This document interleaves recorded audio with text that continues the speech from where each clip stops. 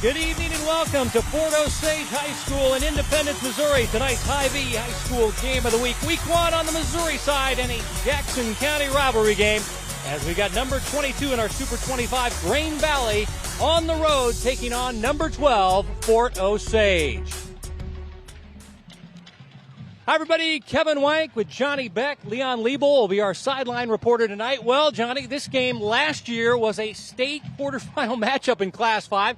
That was in late November. We start out with this one early this year. Now, they're not conference rivals anymore, but they're right down the street from one another. Yeah, and like you said, they're right across the road there, I-70, and, a lot of these kids know each other from playing Little League football, so should be a fun matchup tonight. Time now for the Hy-Vee player profile, and the quarterback is back for the Eagles. It's Caleb Larson. This guy can run it. And he's a senior, so they're looking to have him lead the offense this year. He was the team's leading rusher last year. He's got a lot of grit. He's going to be the guy on the ground tonight for Grain Valley. I just call this guy Zoe, maybe the most explosive guy in the metro area for Fort Osage. Yeah, and this kid, Finner, he's a guy that's going to stretch the field a lot, over 50 catches last year, over 700 yards, 12 total touchdowns. So look for him to get the ball a lot tonight. Week 1 on a warm and windy night in Independence. It's the Hy-Vee High School Game of the Week. Back with the opening kickoff right after this.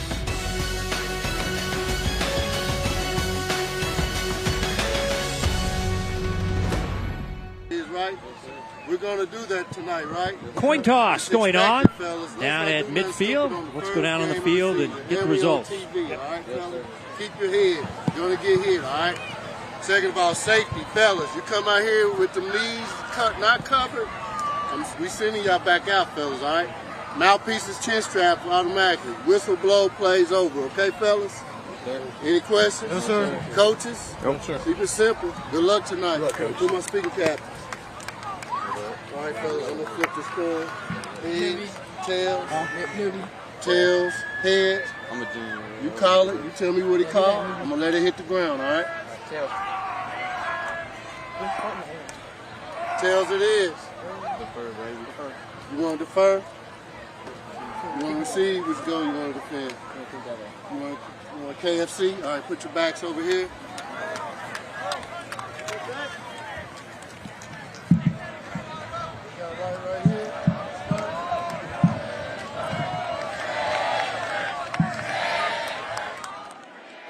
Alonzo Hood is the white hat tonight, and Grain Valley has won the opening coin toss and deferred their option to the second half. Brock Bolt is the seventh-year head coach of Fort Osage. Interesting tidbit on him. He's in the Grain Valley Hall of Fame. He was a star linebacker for Forrest Ravello and the Eagles back in his playing days in high school. And on the other sideline, you've got Dave Alley, former president of the Greater Kansas City Football Coaches Association. 9th year already. Came over in 2014, former Raytown South head coach. Let's check in with our sideline reporter. Here's Leon Liebel. Hey, Kevin, it is a beautiful night for football, and, of course, opening night of the high school season, always a special time, and even more so perhaps here at Fort Osage, where it's already senior night. They honored the seniors and their parents before the game, but not only is this about the start of the football season, but kind of the start of the whole school year, the first gathering of the year, bringing together all these students and teachers and parents and all the fans. We got a full house. We got a beautiful night, 84 degrees, 62% humidity. This should be a fun one. Kevin, Johnny, let's have a good one. Austin Schmidt, the All-State kicker for Grain Valley, to kick to the All-State returner in Lorenzo Fenner. Johnny, what are your odds that he will touch this football? Well, Slim and none? Yeah, you got a breeze behind the kicker, so obviously he's told just try and get that ball out of the back of the end zone. Well, it's on the field to play, and let's see if they get it to Fenner. No, it'll be another man returning it, and just shy of the 20-yard line goes Christian Penniman. And we see our first touches from the offense for Fort Osage. Their quarterback, a veteran leader as well. This is Greg Menny. Yeah, he's a big guy. We saw him down on the field, Johnny. He likes to run over people, a la Bubba Starling back in his Gardner-Edgerton days. He likes to take on the linebackers, but he's also a good passer. Yeah, he's definitely got the statue of, guy that's going to go out there and not shy away from contact. See what he does on this first drive. 6'2", 210. And they'll keep it on the ground, and it's going to be thrown for a loss as the Eagles were in the backfield, and they were swarming on the play, and making the initial stop there was Jake Allen. Yeah, it looked like half of the offensive line didn't know the snap count. Center snapped the ball. Half the guys just stood up, and no chance for the running back there in the backfield. Allen, first team all-conference defensive end. So second down and long. And they give off on a delayed running play. This is the new running back they're working with, River Peters. And he didn't, or I'm sorry, Peppers, River Peppers. And River, a sophomore, they say can run like the wind. And this is a guy, Javen Hall was the running back last year, was more physical. They say this guy is the speedster, but another run negated at the line of scrimmage, so it's going to be third down and 10 plus. Many scrambling and slips and falls, and they'll lose more yardage. As Many looked like he was going to tuck and run there, Johnny. Yeah, it looked like there was a little bit of pressure off the edge, just kind of stepping up. I think he saw the wide receiver down the field. Finner was pointing at him, but was never able to get his footing and get that ball down. Fort Osage into a punt situation here. And Green Valley's looking to get good field position here. Manny, the senior, also is their punter. As Green Valley able to get a 3 and out as their return man. Looks like they got Keegan Hart deep back.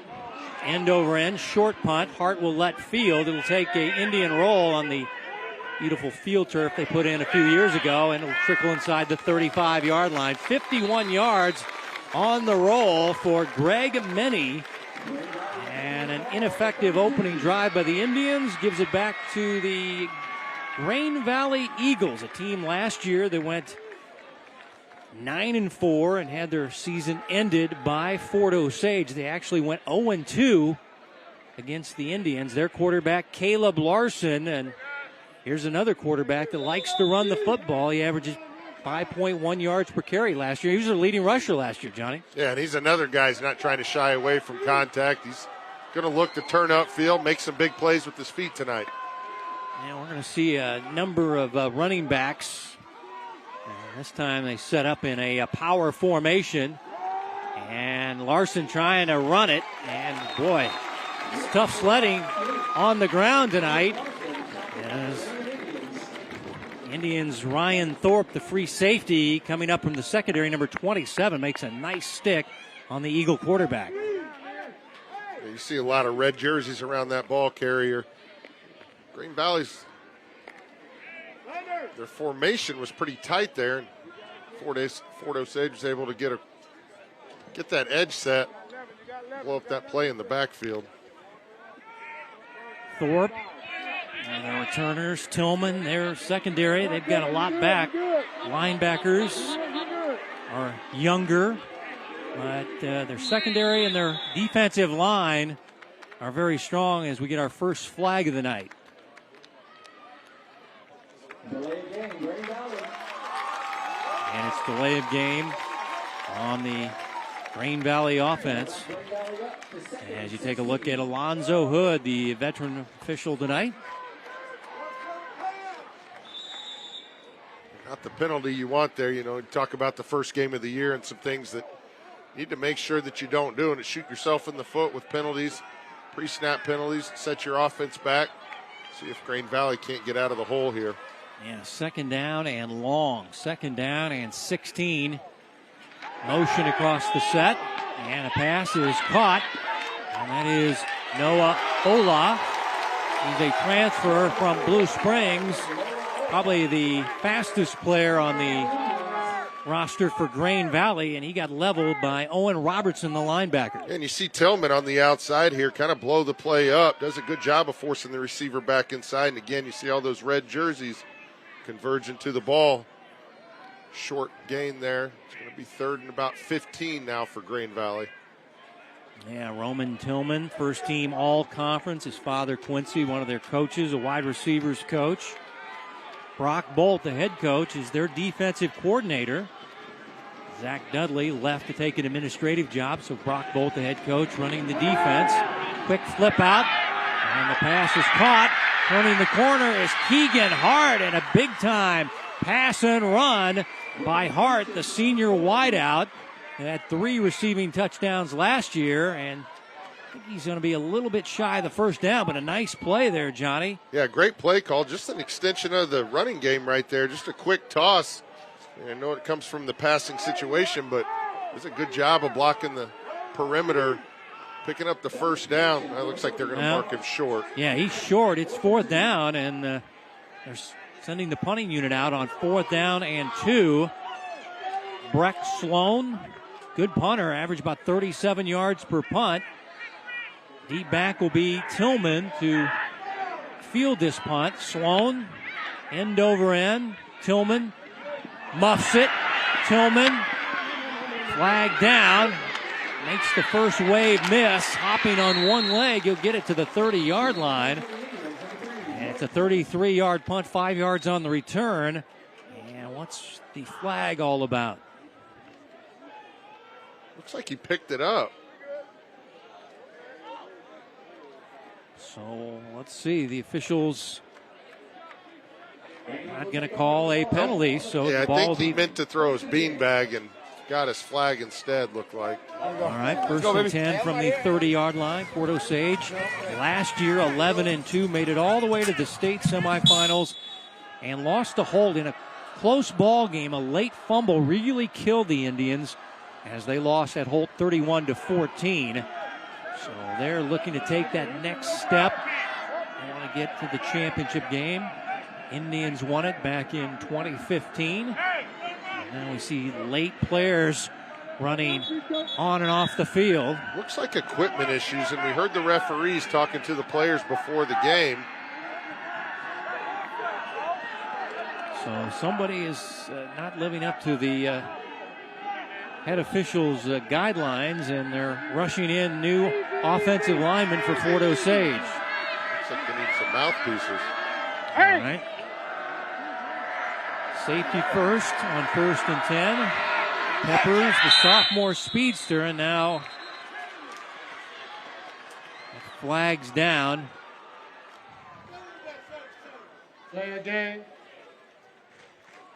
Second delay of game penalty whistled, one on each side, as the Indians move back. Again, this was senior night for the Indians. Seniors all being honored. Next week's homecoming. So Fort Osage knocking out all their big events in week 1 and week 2 here. So 1st and 15. This team is a spread team, but they'll run it most of the time. They like to keep it on the ground. Atagis. Simo Atagi is their coordinator. And here is Peppers down the sidelines. Flag is down. As you got to look at the sophomore and those jets he has, but might be coming back. Flag down inside the 30. Well, and you saw Peppers turn that corner, and if he would have cut inside, it would have made it easier block for the receiver, but it looks like he went to the outside and a little cloth there.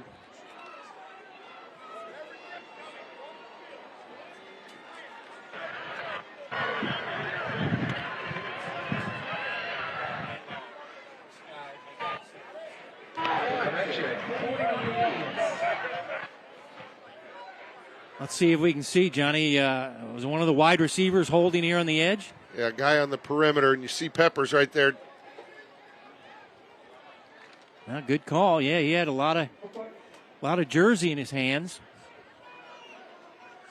Yeah, that's the outside linebacker, Elliott, trying to get free, and he couldn't. Yeah, and you just got to tell your guys you got to move their feet. Those referees see those hands on the jersey with no feet moving, they're going to call it 9 times out of 10. Many rolling and throwing. This is Fenner, and Fenner trying to use that 4.38 speed and can't get away as he's gang tackled down at the 20-yard line. Now, Johnny, 4.38, 4.39 handheld at Lincoln, Nebraska. You say that's a legitimate time. That's a college campus, so that's a college coach. So this guy is a legitimate speedster. Nebraska, Wyoming, Arkansas State, Missouri Valley Schools, K-State. They may want to turn him into a defensive back, but he is long. And now they're facing 2nd down and 20 after a gain of 5. Plenty of time, going deep middle as a man wide open at midfield, and the pass is caught. That is Peppers, the super sophomore, across midfield for a 1st down catch. 33 yards to the running back, and this is a 5'10 sophomore with great speed, but he was wide open. Yeah, and you see Peppers started out in the slot and just kind of worked his way upfield. Then he did a good job of finding him downfield. Good pickup there for Fort Osage. Cross midfield, gets him out of a big hole after that holding penalty. Here's Peppers. And I talked to an opposing coach, and they said that Hall kid they had last year, he's a good back, but this Peppers kid, he may be even better and more explosive. Also plays basketball, excellent in the classroom, a high GPA student, and very athletic. Got to 7th, I believe, in the long jump. So, well, and you see they're putting him, out in the slot position, so they feel like he can be a threat in the passing game as much as the running game. Just makes this offense a little bit more dynamic.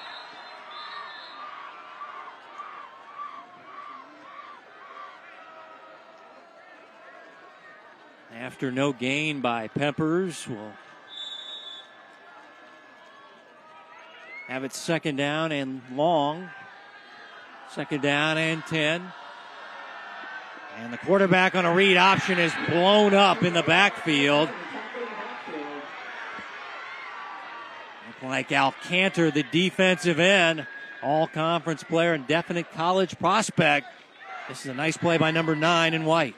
Yeah, it just looked like quarterback at the last moment didn't know what to do. A couple white jerseys. Looks like maybe could have called a late hit, but nothing malicious, so. The tackle for a loss. Rylan Alcantar had 9.5 last year. Now Many will tuck and run. Nice move there, but not going to get the 1st down as he just got it inside the 45-yard line. So it's 4th down. And now decision time. You're on the plus side of the 50. You're kind of in that no man's land, but I think early on in the year, if you're going to build confidence up in your offense, this is one that you're going to go for. But we also know that they can punt as well from this formation, so you got to look for the quick kick. Yeah, you can pooch punt it. Many is their punter. He stays out there.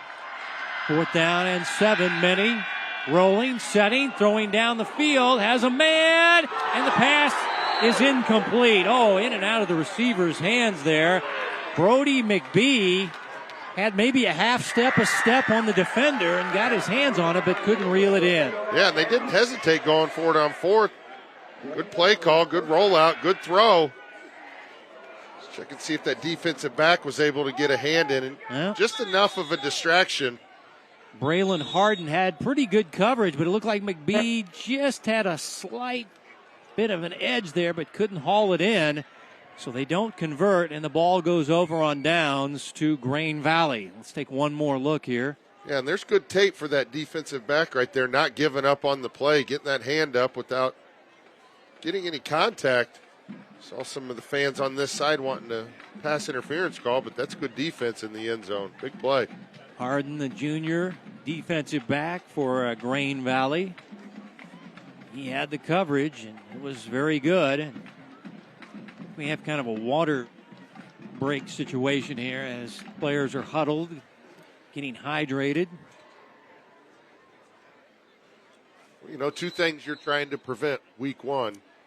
Stupid penalties and guys getting cramped. So take advantage of these extra water breaks. Make sure you're getting your guys enough fluids. As we know, it starts early on in the week to get your body hydrated, but these first couple weeks of the season are brutal. Make sure you're doing everything you can to stay on that field. So they take over after the 4th down stop. Good field position at the 43-yard line. They had to punt on their first series, and looks like Larson's going with a hard cadence. Coach Alley says this guy has no fear, and you got to have no fear to run into 330-pound defensive lineman Brock Brandstetter. He's a big dude. Yeah, and you see him animated after that big-time play. They're doing a good job of just holding his ground, not allowing this Grain Valley rushing attack to get going. Those guys up front can clog up the gap. It's going to be really tough to be effective on the ground tonight. Yeah, wow. That was a love tap, I guess, to the outside linebacker, Levi Walker. Excited on week 1 on the Missouri side. After a gain of 2, 2nd down and 8, pistol formation. And Larson, quick pass, and it's caught. That is Ola, the transfer from Blue Springs, and a first down near the 40-yard line. Noah Ola. I mean, if you're familiar with the geographics, Grain Valley right down the road from Blue Springs. And he transfers in from Blue Springs as they've got a new coach this year. You see that run-pass option play there. Good job of throwing that ball up. Let his receiver go get that. Picking up a first down there for Grain Valley. Spotted at the 41, 1st and 10. Second drive of the night for the Eagles. Playing in the Suburban White Conference. And this is DJ Harris, a guy that got time as a freshman, only a sophomore. He's a power back, good hands. Not much doing on that little swing pass as it was shut down. Yeah, good open field tackle by C.J. DeBow. Those are tough, first week or two. You haven't seen a lot of different plays, and being able to make open field tackles helps your defense out so much. Forces 2nd and long here. DeBow played as a sophomore, did not play last year, now back as a senior, so they're glad to have him back in their secondary. Quick pass to Larson, too tall. Looked like the quarterback Larson rushed that as is intended for Keegan Hart, and it sailed over his head, incomplete. And almost like he ran into his running back and maybe didn't get his feet set.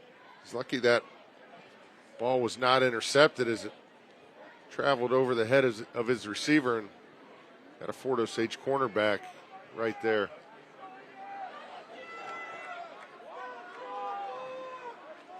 So Larson in the offense now facing 3rd down and long. Late stages, first quarter, week 1 Missouri high school football.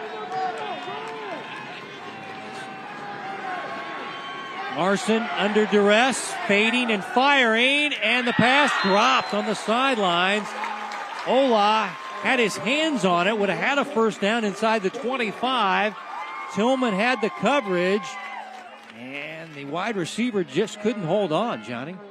Yeah, I don't know if that was a comeback route or if they were in a kind of a scramble situation here, but Larson does a good job avoiding the pressure, throwing a strike, and receiver wishes he had that one back. I don't know if he was concentrating on trying to keep his feet in bounds, but anyhow, it's going to be a 4th down for Grain Valley. Looks like they're going to try and pin him deep. Breck Sloan into punt. And he's going to try to go for one of those coffin corners as he angles it out of bounds. Maybe he cut the angle off too far up the field. Let's see where they're spotting the football here. It's only a 27-yard punt as the side judge there is spotting it. Well, just inside the 30-yard line. So it's a very short punt. And once again, not much field position earned. Officially spotted at the 28. Now Fort Osage stopped on downs on 4th down, but got it across midfield. It's a team that last year averaged 33 points per game. They swept the series last year, winning 9-8 in the conference game. Back when they were in the Suburban White, they're now in the Suburban Red. And then the playoff game was 35-0. Both games were at Grain Valley. Fort Osage getting the home game here. I wonder when they were going to get this guy some touches. There is Zoe Fenner, and he gets it on a jet sweep, and he'll run across the 40 for a first down. And there you see an explosive player, maybe the most explosive player in the Metro. Well, Kevin, you talked about it. How can you get the ball into Fenner's hands? And we know his return ability. Teams are going to start to counter that, so you got to get him more involved in the run game. And right there you see how explosive of an athlete he is. Hurdling a couple guys, fighting for extra yards, picking up a big first down for Fort Osage. Simo Atagi is the offensive coordinator. As this running play to Lake Sullivan, not much doing there. Nathan Testa, the linebacker, making the stop. Atagi is the OC, but Ryan Schartz, who's also the athletic director of the school, I'm hearing that he gets his 2 cents in with the offensive coordinator when he has a chance. It's still in his blood coaching football. 2nd down and 8. And this is Peppers. And not much doing. Wasn't much running room for River Peppers. You see both teams' defensive lines being able to control the line of scrimmage right now. Not a lot of running lanes for either team. So we got a 3rd and long situation. Going to keep an eye on Finner. He's lined up in the slot. Yeah, when you got speed like that. Number 1, as Johnny highlighted, in the slot, the speedster, and Many throwing. Lake Sullivan underneath, 1st down, and he's run out on the Fort Osage sideline, but not after acquiring the 1st down to the 45 of Grain Valley. Lake Sullivan, junior fullback, with a catch out of the backfield. Yeah, and even though Finner didn't get this, he was the guy running that deep out route, kind of getting that defense to get down the field, and does a good job there of blocking downfield, allowing his guy to pick up a 1st down. So you see why these colleges like him. Does a lot more than just catch the ball. He's helping his teammates downfield as well. Under a minute in your 1st quarter, and Peppers is blown up on the play. Going down low is Colin Bird, a defensive lineman, a junior. And they say this guy's really worked hard in the offseason. Their most improved player on their defensive side of the ball.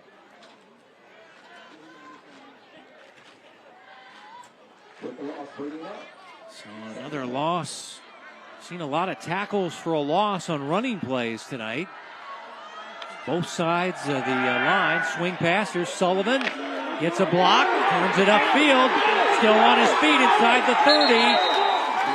Down inside the 25 before he's pushed out. So how about this guy? Lake Sullivan, a fullback, making the Grain Valley defense pay for a 1st down. Yeah, great play call. You see Caleb Powell get out front.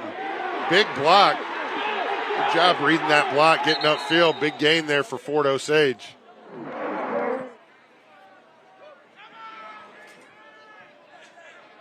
.22 yards on the hookup.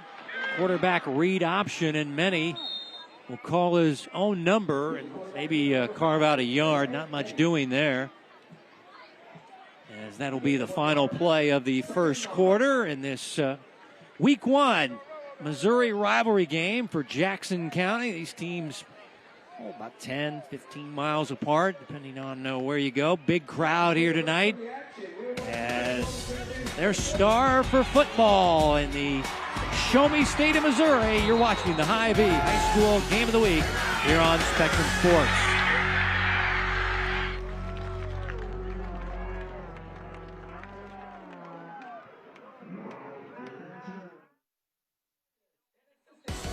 The Game of the Week is brought to you by Hy-Vee. They're proud to support Kansas City High School athletics. Big crowd here. And I want to pass on our condolences to the Dawson family with the passing of Lynn Dawson this week. We used to see him on Friday nights. He was a big fan of high school football, and it was a big loss. Loved the Chiefs doing the typewriter choir huddle last night in honor, but Lynn was always at these high school games just because the guy flat out loved football, and number 16 will be missed. Rest in peace. Yeah, you knew it was a big time game if Lynn Dawson and the crew was at your game, and he tried his best to make sure that everybody had the opportunity to meet him and things like that. So it just wasn't about showing up and doing his thing. I mean, he'd try and introduce himself like he needed any introduction, but he was just a guy that, like you said, loved football and loved to meet young football players, and just a way to give back, I guess, in a way. First play of the 2nd quarter inside the 25, and this is Peppers. Nothing doing as he is stuck on the play. As that was Brody Baker, and also back there was one of the defensive linemen, Colin Bird. We already mentioned Colin doing a good job on that defensive line. It's a 3-4 defense. Matt Kurtz in his second year as the defensive coordinator. Pete Carpino retired down in Arkansas. I guess he's back to teaching again. And now they got Kurtz, linebackers coach and secondary coach, running the defense for the Eagles. Loss on the play, so they'll back up. And many facing third down and long, throwing on the run. Nice sideline grab. Not enough for a first down, but some great hands there by Penniman, as that was a laser thrown by Greg Minnie. Well, Penniman was trying to get upfield, knew he was getting close to the boundary. Just not able to keep his feet. And that had some mustard on it, and Minnie,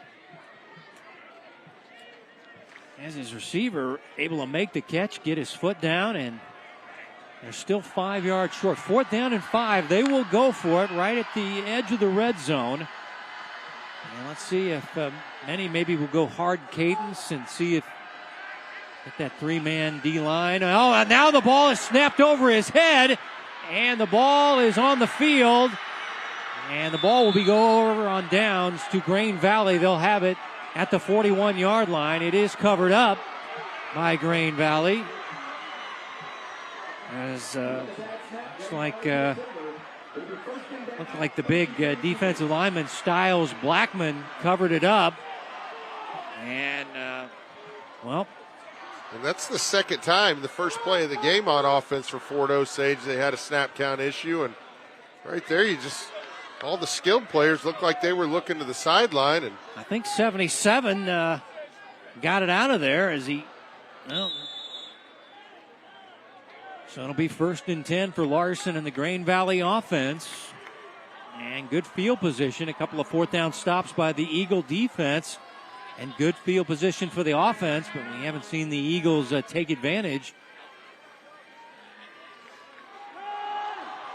And a running play for Larson across midfield, spinning, still on his feet down the sidelines, cutting it back, and he shouldered out after a big-time run near the 20-yard line, as this will go for some 40 yards by Caleb Larson, the quarterback for the Grain Valley Eagles. And again, you see the running ability down the field, not looking to get out of bounds. He wants a couple more yards.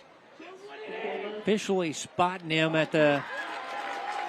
Looks like it was an illegal formation and all for nothing. No, I was going to shortchange him a couple of yards, and Whitehead will say nothing gained on that play, as officially it was going to go down as a 38-yard run. And, Johnny, what'd you see here? Yeah, it looks like the guy on top.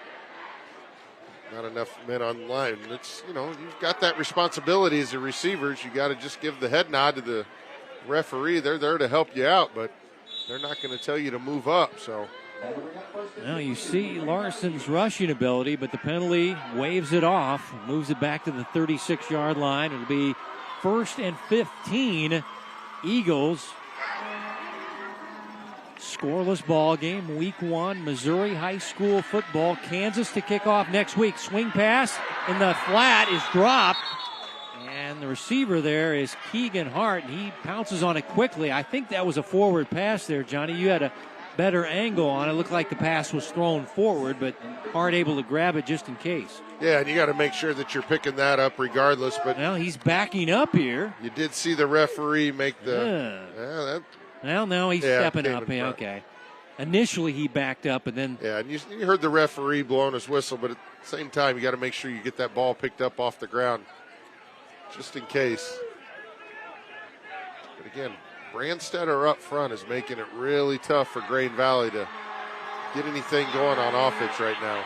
330 pounds, quick pitch, Ola, and he is blown up. Bryson Meyer, number 92, the defensive lineman, looked like he was just waiting to enter a doorway, and then he just floored the guy when he walked in the doorway. You're watching 92 on this play. Yeah, and he comes from inside and on the interior defensive line, and like you said, just cleans the play up. But again, look at all the red jerseys surrounding that ball. Seeing both defenses swarming around the ball, doing a good job of getting hats to the ball carrier. Defensive coordinator's got to be pretty happy right now. Meyer, first team all-conference, third team all-state defensive tackle. They got a big defensive line, third down and long, and Larson will call his own number. And tell you what, he's able to carve out a bit of yardage, but that penalty, negating that long run, is a killer for the Eagles as they will go 3 and out. As you take a look at technology now on the sidelines of these teams. You got the tent, you got the big monitor there. They can go over things with their coordinator. Well, just wait till you see Blue Valley Northwest next week. I mean, they've got the whole sideline pretty much tinted off, but it just shows you where the game has gone or where the game's going, and technology now that's involved really helps these guys from series to series make adjustments. And now we're going to get a timeout for Fort Osage. I wanted to say a mention tonight to Donna Gilbert, the trainer. She's been working here for 30-plus years, 32 years.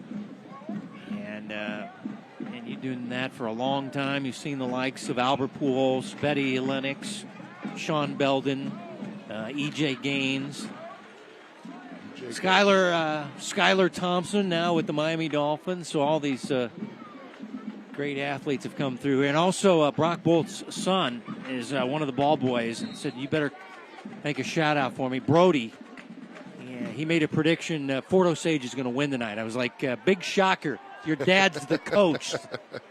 Brody is playing tackle football. He's the ball boy tonight. And I like his dad. He coaches his own high school team, and then he jets over to his son's practice and helps coach that team. That's dedication. 4th down and 13 after the Fort Osage timeout. Sloan, an all-conference punter, sends it down, and Fenner gets it. Now, this is dangerous, punting to this guy, and he's still on his feet, and he'll get it across the 40-yard line, and it's like a 13-yard return after a 31-yard punt. But, Johnny, I'm still punting to the sidelines myself. Well, anytime he touches the ball, I mean, he's trying to do something special. See those red jerseys down the field doing a good job of blocking, and even runs into his own guy, but keeps his feet moving. Kind of always knows where the hits are coming from and just kind of leans into him, takes them. But like I said, he's a tough guy to bring down, but you see the speed and agility that he has. It looks like he's a little beat up, maybe a little tired. 4 kickoff returns, or I should say 4 punt returns and 1 kickoff return last year. I think he's got 7 or 8 for his career. Coach Bolt didn't know. He said, just say he's had a lot.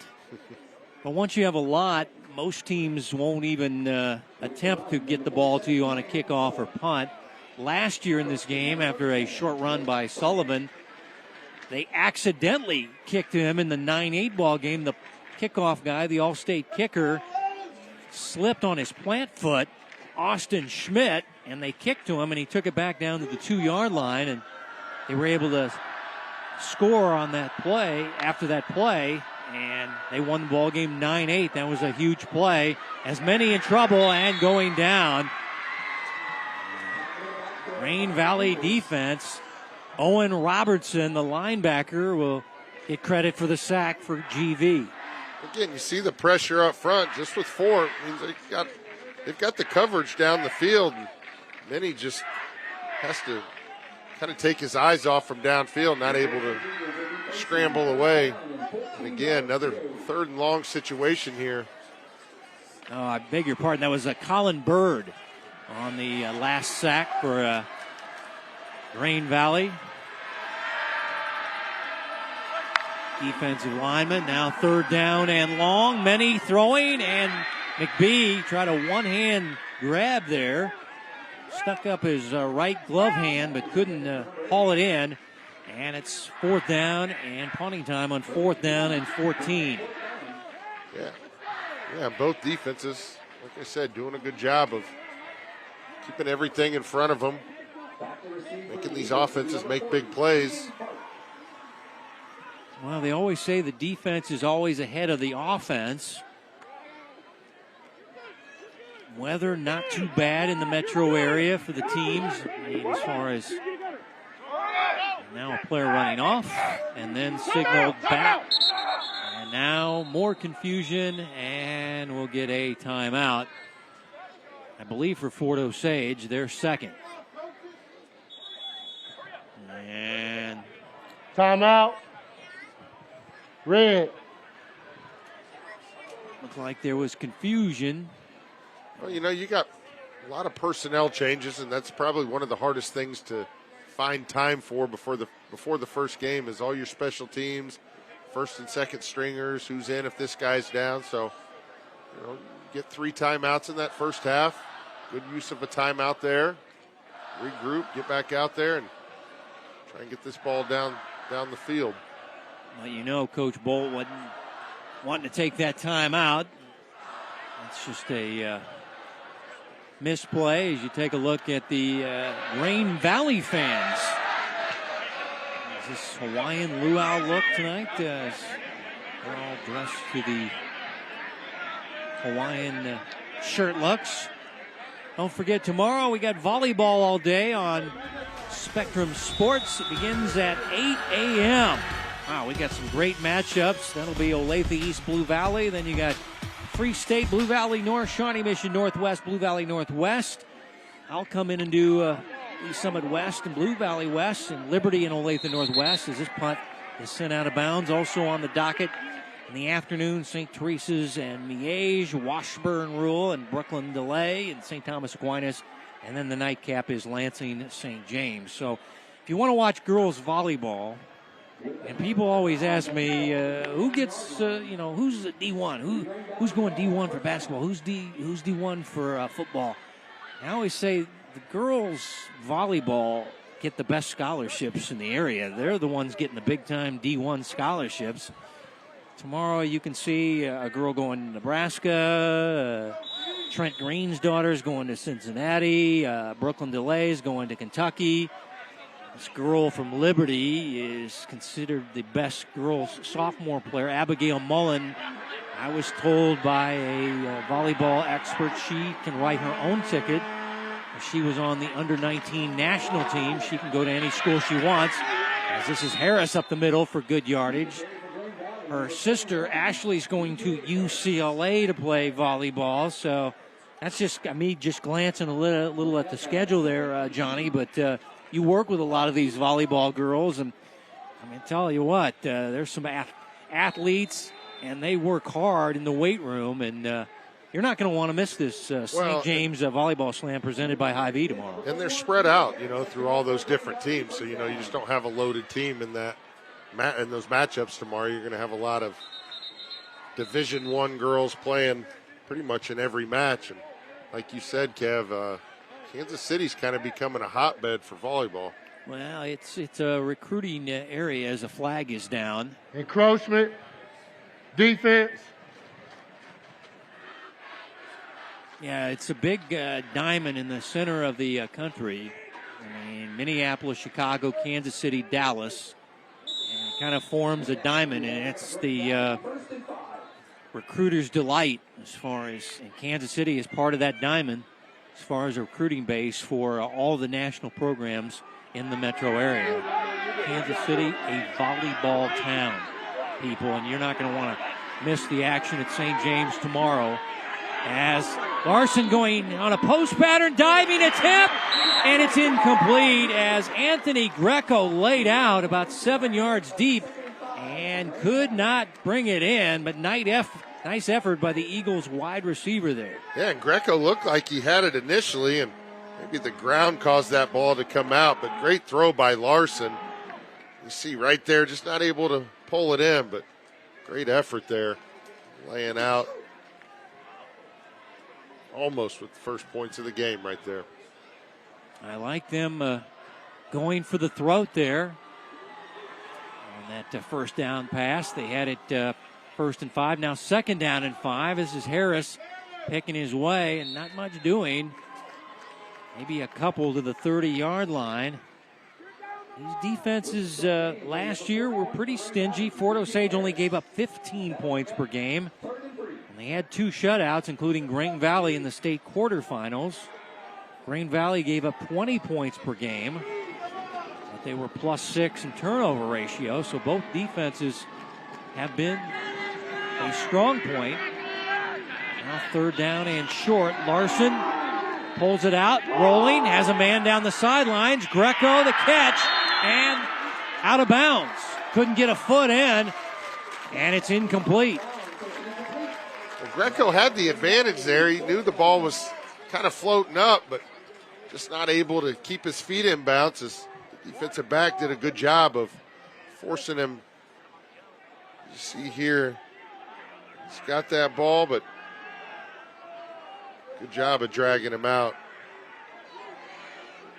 So it looks like the Eagles lining up to go for it on 4th down and short. Devin Jennings had the coverage, and now a player in the neutral zone. That is Owen Robertson, so the 35s on both sides of the ball having an impact, and this time they'll get Robertson for the penalty, and it'll be an automatic 1st down. Yeah, that's the 2nd encroachment penalty on this drive. So was there a head nod, or just was voice inflection? Just ready to go, make a big play. So Well, can't redeem himself here. Robertson is a linebacker.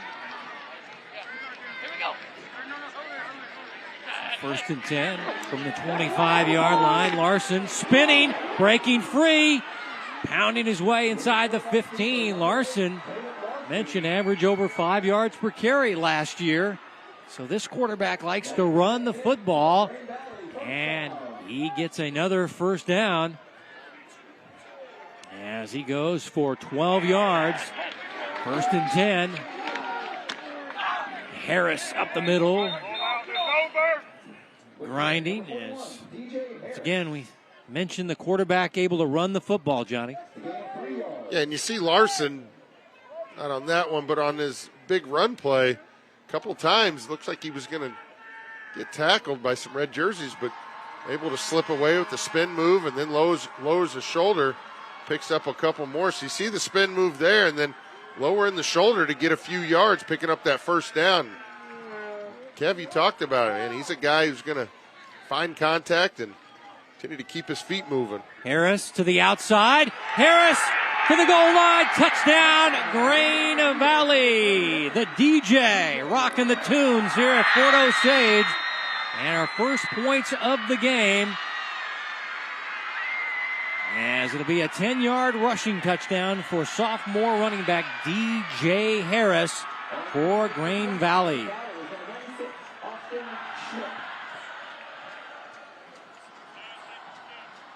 Yeah, Green Valley was able to do that on the ground. Good field position, just on the other side of the 50s where that drive started, and a couple encroachment penalties, but able to take full advantage. And All-state kicker Austin Schmidt. You'll love this, getting D1 looks, Johnny. Back in your day, it seemed like they didn't want to give kickers D1 scholarships, but those days are long since past us. And this guy is getting FCS and D1 looks. Let's go back to the touchdown run before you talk about kickers getting scholarships. Yeah, you see, just Green Valley does a good job of setting the edge.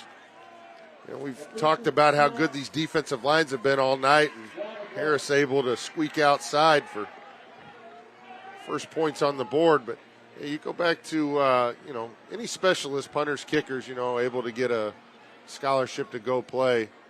Obviously, it's a good opportunity, but just know these guys work so hard to get on that level, and you got all these kicking camps and different things like that, and got to be able to be ready for those in the summer, because that's a lot of times when those college coaches are able to kind of see what you can do in person. But got a few guys around this area. I know Liberty North's got a really good kicker, Charlie Weinrich, who went to Blue Valley last year. He went full ride to Nebraska, so definitely starting to make a name for themselves on the Kansas City metro area, whereas before, like you said, Kev, there wasn't a lot of us coming out of here. Well, he hit 7 field goals last year, has the school record at 47 yards. His touchback percentage at 76% as we get ready for the ensuing kickoff. Let's check in with Leon. Hey, Kevin, you were mentioning some great athletes who have come through Fort Osage in the past. They are especially proud right now of Albert Pujols, of course, one of the great baseball players of all time, perhaps on the verge of reaching 700 home runs for his career. He's at 693 right now at the age of 42. And, of course, Skylar Thompson making headlines as perhaps he's going to make the 53-man roster for the Miami Dolphins. They are very proud of those two alumni. Yeah, thanks, Leon. Yeah, and Skylar's little brother is a linebacker in this game for Fort Osage, and that is Anthony Thompson, and he is a sophomore. I asked if he can run like Skylar. I don't think too many people could. He had flat 4.4 speed. Anthony is a stockier kid, and let's see if he's running out there. Well, this is their offense, so he is a linebacker. Playing the inside linebacker. There's many in the offense. As backfield dotted by River Peppers. And stepping to the outside, breaking a tackle, and look out! Here's the speed by the sophomore. Across midfield before he's finally run out by Keegan Hart. Nice run on the play. Let's see if there's any flags. No flags. And it'll go for, let's see, 34 yards, 33 yards officially, and it's the speedster River Peppers. Yeah, and you see about everything that he has right there. A little juke move, a little power, getting through a couple of the arm tackles, and then the speed down the sideline. And this time blown up in the middle, as that was Testa, the linebacker, number 23, senior, shooting in. I think Baker is going to be their leading tackler. He was their second leading tackler last year, number 15 there, you see in your picture. Gage Faulkner, the Missouri Defensive Player of the Year in Class 5, was their leading tackler. He now plays at Quincy University in Illinois. As we get flags down, as the ball is snapped. False start. Lonzo Hood's mic is cutting out, but it's false start on Fort Osage. Still haven't seen the Indians really untracked. Seen the team hurt by some penalties tonight. But credit both defenses tonight, playing some pretty good football here, but they always say the defense is ahead of the offense early in the season. There's Peppers, and nice play there by Bird, the defensive lineman who's having a great first half, number 35. Well, Coach Alley said this guy has worked really hard, Bird talking about. Well, he's not your biggest defensive lineman, but you see him use his leverage almost on every play and just kind of gets under the pad level of the offensive lineman. And like you said, Kevin, he's in the backfield almost every single run play. Yeah. 35 on each side of the ball is making an impact tonight. Has many to throw and has it. Fenner breaking a tackle using a stiff arm. And he'll have yardage inside the 35. Still going to be about, 6 yards shy of the first down, but it took about 3 guys to put number 1 on the ground here. Yeah, and you got to honor him trying to go downfield, so he just kind of finds a little soft spot in the defense, and a little pitch and catch there from Minnie to Fenner, and Fenner able to pick up some decent yards, but looks like they're going to get into punt formation again here as it's 4th and just a little past 5 yards. 4th down and 6 again on the plus side, and Minnie is out there, so you got to play straight up for a potential fake. They do have a guy waiting near the 10-yard line. And Minnie will punt it down the field. And this one will make the end zone for a touchback. And again, I tell you, Johnny, the mathematics people are throwing their calculators at the television right now, because they would say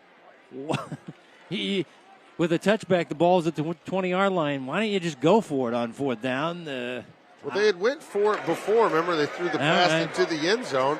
But right there, maybe just looking up at the game clock, seeing there's 3 minutes. You don't want to give Grain Valley any momentum. Make them march.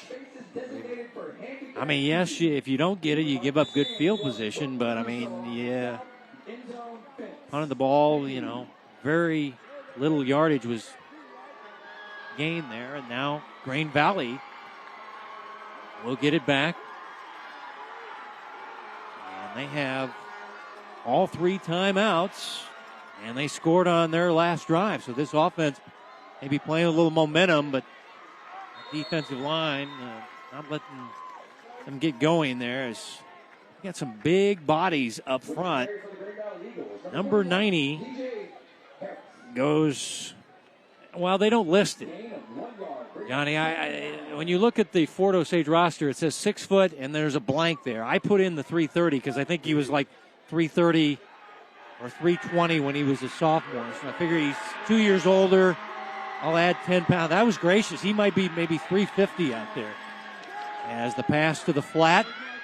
And this is Greco with that nice speed to the edge. He shoved out, and it looks like he's got enough for the first down as he's able to get it across the 30-yard line. So Greco working the sideline this time, and he was their leading receiver as far as yardage last year, and these guys have a good connection. Yeah, and let's see how Grain Valley decides to play this. You got about 2:25 on the clock, but they do have 3 timeouts, and with the leg strength of the kicker, I mean, you're trying to get to the 30-yard line, which is about that 45, 47-yard range. So, well, let's see if they go hurry up. They've got 3 receivers to the left side. This is their passing formation. And it's low and incomplete. Keegan Hart was the target there, and that pass was not catchable as Tillman had the coverage, the strong safety for Fort Osage. This is a one high, that's a low pass there. And you put your receiver at risk, too.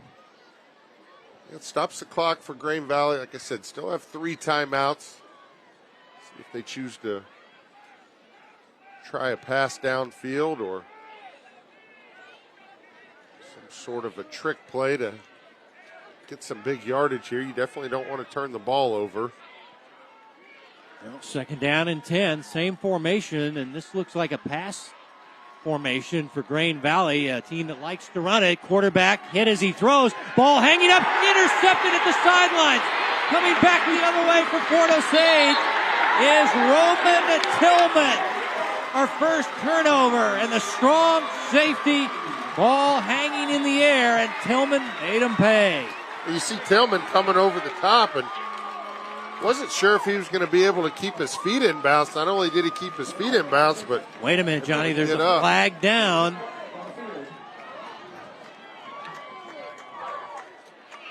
So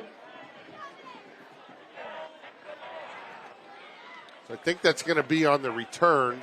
Blocking in the back after the interception, so Fort Osage will keep the microphone not working for Alonzo Hood, our white hat tonight. Oh.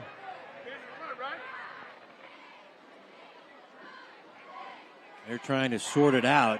I think that was a block by the defense down the field trying to spring Tillman for a pick 6. Let's take another look. Ball, he's throwing off his back foot. Larson not able to get anything, but I think right there he's going out of bounds, and I think he would have. Greco kind of kept him in bounds, and like I said, not only wasn't sure if he was going to stay in bounds, but was able to pick up about 20 yards on the return. Just a great job of going up to get the football right there, and that's what we're talking about. Greco's. So the penalty was after the interception. The line of scrimmage will be at the 28. Just before halftime, 1 timeout left. Many to throw. Goes down the middle of the field. Sliding catch. Yes, inside the 5 by the little running back. The guy I called Jeepers Peepers, but it's Peppers with a nice catch. 1st and goal for the Indians after the interception. Yeah, what a catch, Johnny. And that's the second time Peppers has had a big catch downfield. Does a good job of getting his arms underneath the ball, pulling it in. And the ball on the 1 yard line, 27 yards by the sophomore. puts him on the doorstep. Give it to the big guy let's go 350, and he punches it in. Brandstetter. As they went heavy with big number 90, and it's a 7-6 ball game. And the fans here in Independence love it here at Fort Osage Stadium. Way to reward the big guy right there. First down, first and goal on the one. Don't waste any time. Don't waste another play. Just put your big guy in and let him pick up 1 yard. Well, the kicker on the other side for Fort Osage, he's a good kicker himself. Guy had 2 game-winning field goals. It's Xander Shepard. And he is a junior, soccer-style kicker to tie the game. You betcha. Right toward the new gymnasium that they're building here on campus. They got rid of a parking lot here behind the old gym, and they're putting in a new gym, and the big guy capped the drive. But how about this catch by the running back, Peppers, Johnny? Yeah, good job up front by the Fort Osage offensive line, and then Minnie patient with the receiver, allowing him to kind of get across the defense. Peppers with the great catch, and then Brandstetter right there finishing off the drive. What a way to start off your season. First points on the board, you're starting D-tackle. Was that William Perry in the Super Bowl? I don't know what his weight is. They listed as blank, but it's 3 bills plus. And we got to tie ball game as we approach halftime on the Hy-Vee High School Game of the Week here in Week 1. But that interception, Tillman with the big play. Let's check in with Leon. Well, Kevin, this is one of those games when you're watching it, you just think, well, maybe one play can turn it around. That interception was huge, and then the big guy going in to the end zone. There is some energy now on this Fort Osage sideline. And you talk about a turn of events and a switch of momentum, if there is such a thing. Right now, it certainly belongs on the sideline of the team in the red and black. They opened the gates at 5:30. People were waiting in line to get in. They were all in red. They love their football here at Fort Osage. And Shepard, he's got a cannon for a leg as well. Sends it into the end zone for a touchback. See the band lining up for a halftime performance. We got a big crowd here on senior night. Next week, we're on the Kansas side. Big ball game in the Sunflower State. Looking forward to that one. There you see the new press box.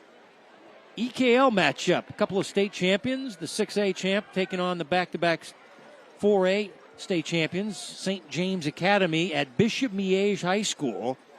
7 o'clock ball game. Myself, Mark Borichter, Bethany Bowman will have the call there in Roland Park, Kansas.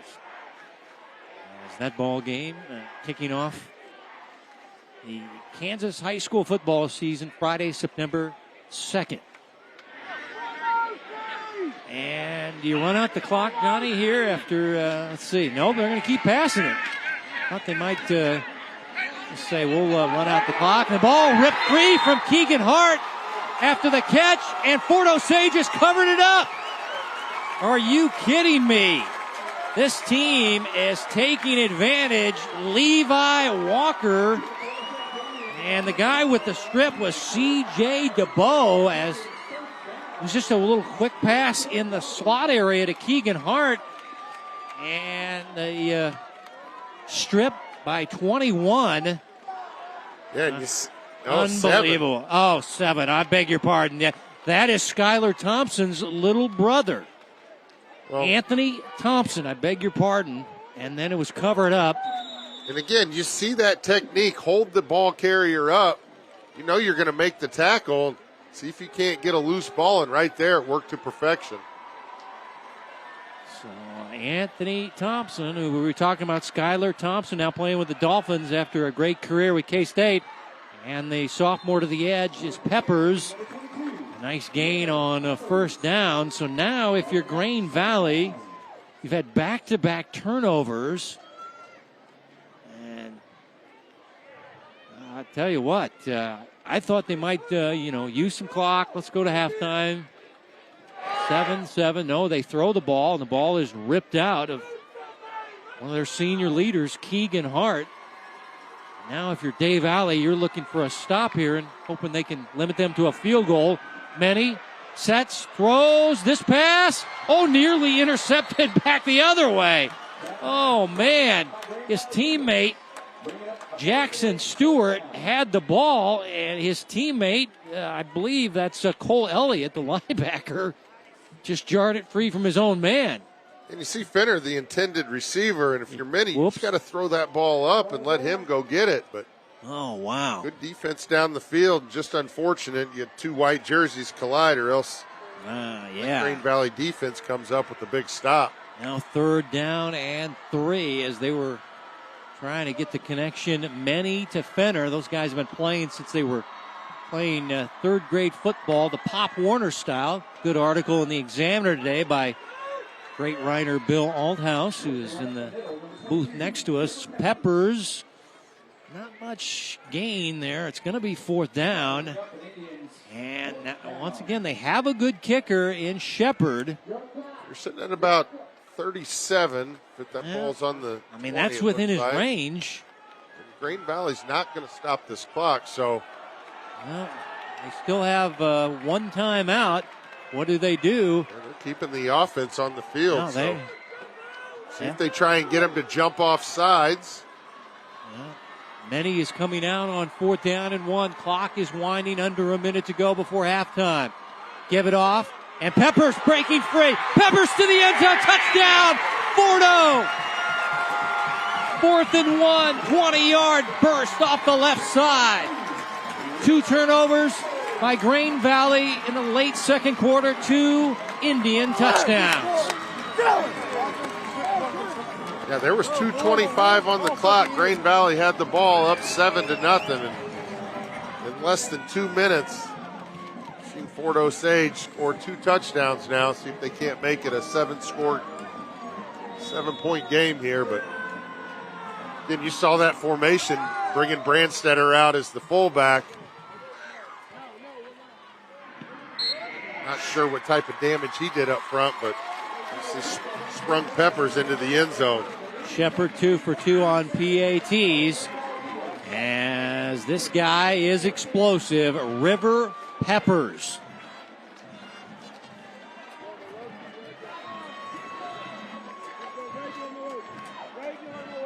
Fullback opening things up, and they convert on 4th down.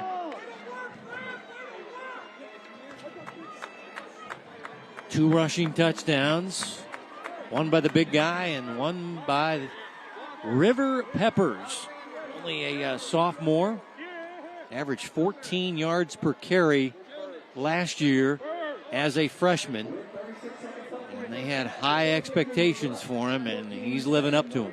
Well, the run game was, slow to start for Fort Osage, but you saw Peppers 2 big catches in this game already, and right there, you're starting to see him break out as the running game gets going a little bit. There's the big guy, Brandstetter, who had the first rushing touchdown. Senior defensive lineman.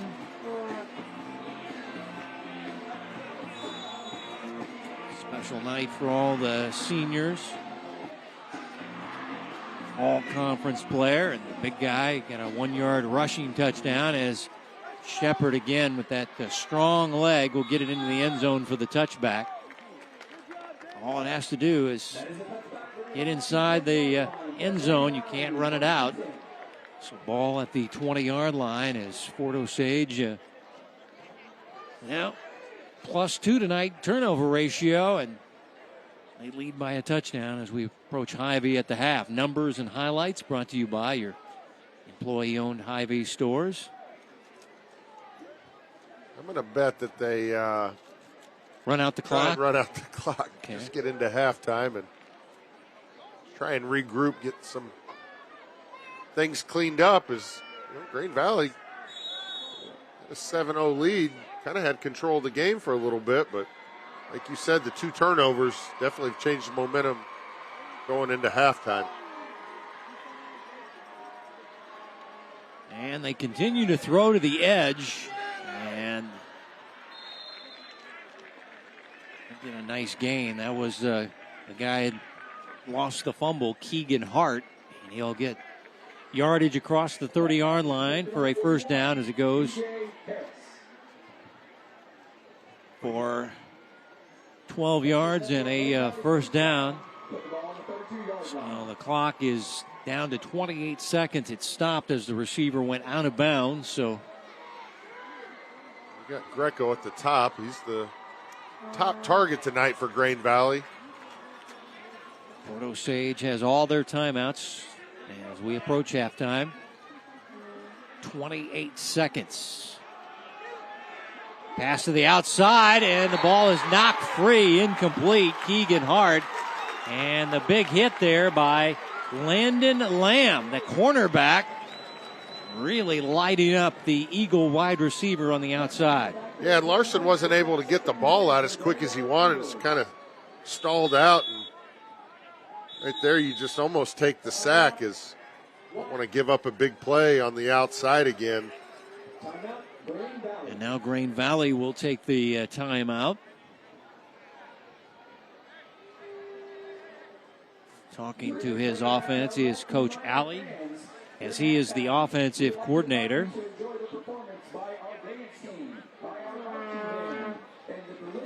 His team made 3 straight trips to the state quarterfinals, and Coach Alley's saying we got to bust through that door here in 2022. We keep falling in the state quarterfinals, but I mean, they've had 3 great years, district titles, and last year lost to Fort Osage in a game that was 0-0 at halftime, 0-0, and then Fort Osage ended up winning 35-0, moving on to the state semifinals to the Indians before they lost there. Now after the timeout, 21 seconds to go as we got our clock fixed, and running play right up the middle, not much doing there as Thompson. Once again, that's Skylar Thompson's little brother, number 7 in red. Built different than Skylar. They said he's a good athlete, but he's a little thicker. Doesn't run like Skylar. I mean, Skylar, when he was here, I mean, he could flat out run. I mean, he had another gear, 4'4" guy, and they'll just run out the clock, and we have reached halftime.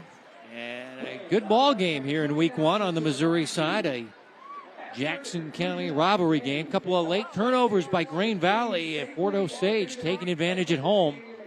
Gets a couple of rushing touchdowns, and they lead at halftime 14-7 over Grain Valley as we go down now to Leon.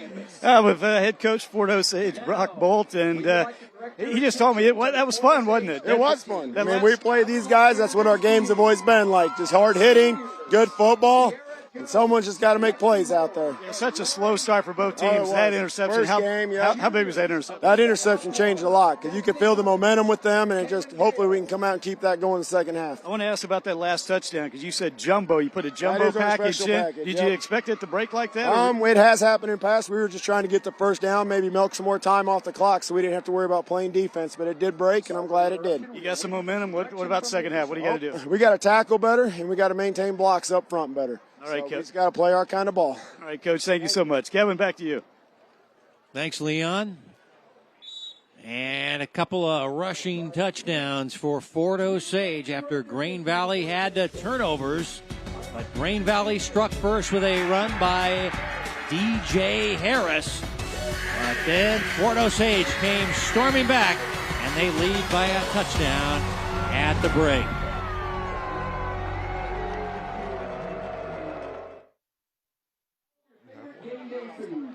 Getting ready for the start of the second half. Grain Valley has come out and starting to stretch and warm up as the stadium clock is under 3 minutes. Fort Osage still in the locker room, which is a little surprising. I'd like to get a little stretched out here. Let's check in with Leon. Kevin, we're with Coach David Alley, the head coach of Grain Valley, the Eagles, and a flurry of events at the end of the first half there, of course, and the momentum really on their side. What do you tell your players at halftime after that happened? Well, we come in, first of all, you got to flush it. It's a new half, new ball game. It's 14-7. We got to come out and play this half. The defense played lights out that half. We put them in a bad situation. We score, we come out and try to get a little cute and put the ball in the carpet twice. They get capitalized. So, that flurry, they're a good team, no offense, but we also didn't do a very good job keeping the ball and giving it to them, giving them chances, so we can't do that anymore. A lot of starts and stops offensively. It seemed though you guys may have sustained the longest drive on your scoring drive. That's got to be a positive. Yeah, we thought we did a good job up front. We went to a little NASCAR package, ran some hurry up, and we felt like we had advantage in conditioning there at that time. We punched it in, and we're feeling good. Saw some things, made some adjustments, and came out. And again, we gave them the ball, so we can't do that. We've got some adjustments for this half. We get the ball first, so it'd be nice to take this thing down and try to tie the game up. They brought that big lineman in to run the ball. How do you stop that? Man, I don't know. You can't stop it. He's a big old boy back there. He's 300 pounds of all beef coming at you. I think that's what we call a hippo. We just got to try to survive that. We can't give them. They can't get the ball down to the 1 yard line. You're not going to stop that big boy coming in like that. So we'll keep them from that zone. Maybe they won't do that anymore. All right, Coach. A lot of football still to be played. Thank you so much. Thank you. Kevin, Johnny, back to you guys. Well, let's take a look at the Hy-Vee first half numbers in this week 1 game. And, wow, Johnny, what stands out for you? Well, I think you see the tackles for losses. I think, Grain Valley had 7 of those on the first 2 drives of the game. The turnovers obviously turning into 14 points for Fort Osage. That was huge. And, the third down conversions for both teams. I think they have to both do a better job on first and second down, making it more manageable third down situation. And as far as the quarterback play, we're seeing a couple of returning guys for the quarterback position for both these teams, and Caleb Larson and also Greg Menny. Let's talk about how their first half numbers. Yeah, I thought, Larson did a good job of moving the offense down the field. He had a big run that was called back over 30 yards. So, we know he's capable of making the big play, and I think that's what Coach Alley was just talking about. He's looking for that big play on offense, and we know Caleb Larson's capable of it. I thought Minnie got into rhythm as the game has kind of gone on. A lot of short passes to start the game. Obviously, you've got Finner on the outside, but Peppers has been the surprise in the receiving game for Fort Osage tonight.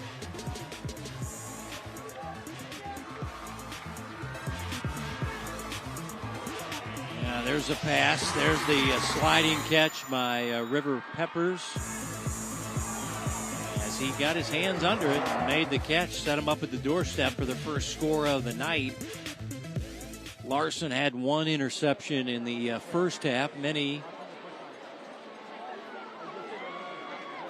did not throw a touchdown pass, but didn't have any turnovers, as both Fort Osage scores were rushing touchdowns. Peppers on a 4th down run of 20 yards, and then, as Coach Alley mentioned, the hippo package with the 300-pound plus Brandstetter punching it in.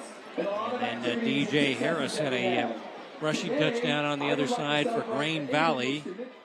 Had an extended halftime as the clock operator has put on bonus time here.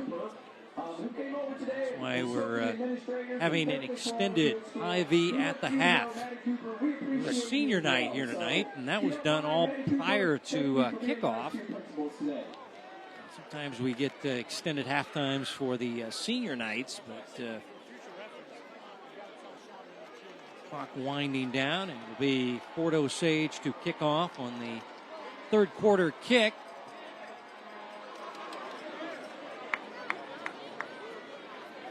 Caleb Larson in the offense will get the football.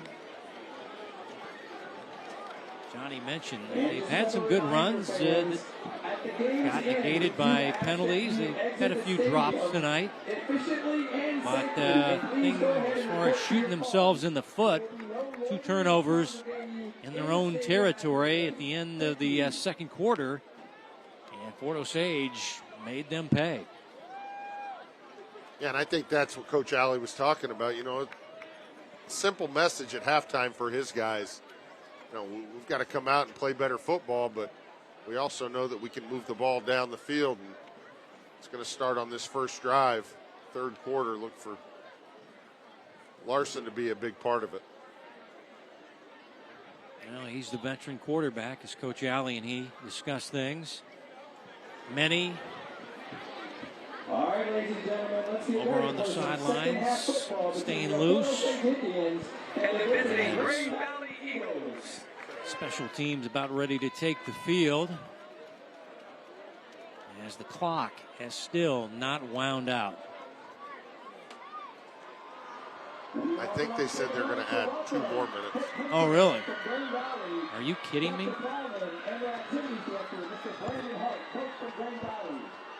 I don't know. I think we're ready to go, unless they stick more bonus time up on the clock. Everybody's ready to go. Kids, fans, players. All right. Got the music rocking. Shepard will put it on the tee, and we are finally ready to go at the third quarter. And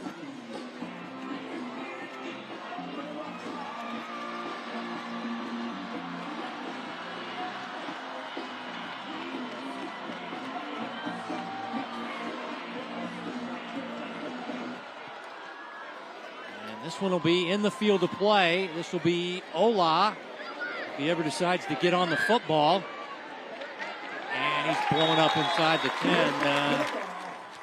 I don't know what he was waiting to pick that ball up, though, Johnny. You just, I don't know. I mean, you got to get that ball and go.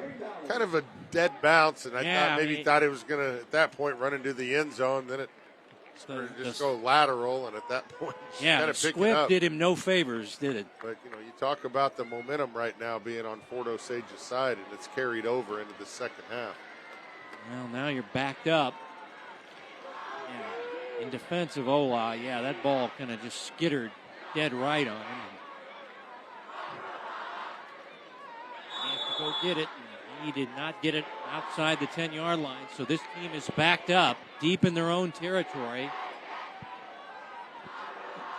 Caleb Larson is your quarterback. See if they get some new backs involved. This running play is blown up. Thompson right there. Also there is Owen Robertson. And it's going to be a loss on the play as they keep it on the ground. And that was Christian Lanier. And Lanier getting negative yardage on the first play of the third quarter. Yeah, not the way you wanted to start the half. Grain Valley have to try and get back to getting the ball out on the perimeters. Their athletes kind of get some open space, see what they can do. Actually spot him at the actual line of scrimmage, so it'll be second down and 10. Larson, quarterback keeper, and he is taken down there. That's Ryan Thorpe, the free safety, with a nice open field stop. Now third down and 9, facing Grain Valley deep in their own territory. Again, we kind of saw this in the first quarter, just a lot of penetration on the defensive line. And well, that was Overton there actually involved in the stop. Now, I tell you what, the 35s on both sides of the line, Overton and Bird, tell you what, had a hard time. They've both played a very good game on the D-line for their respective teams. Now third down and 9. Deep in your own territory, and Larson will take off. And a shoestring tackle, and he'll be shy of the first down, only out to the 15-yard line. And it'll be a 3 and out for the Eagles. And you see the quarterback keeper by Larson. He's just trying to pick up what he can and almost able to slide through that last tackle and pick up the first down, but forced a punt. Like Martin Diekman, defensive lineman, got a piece. Breck Sloan in punt formation for Grain Valley. His heels near the goal line.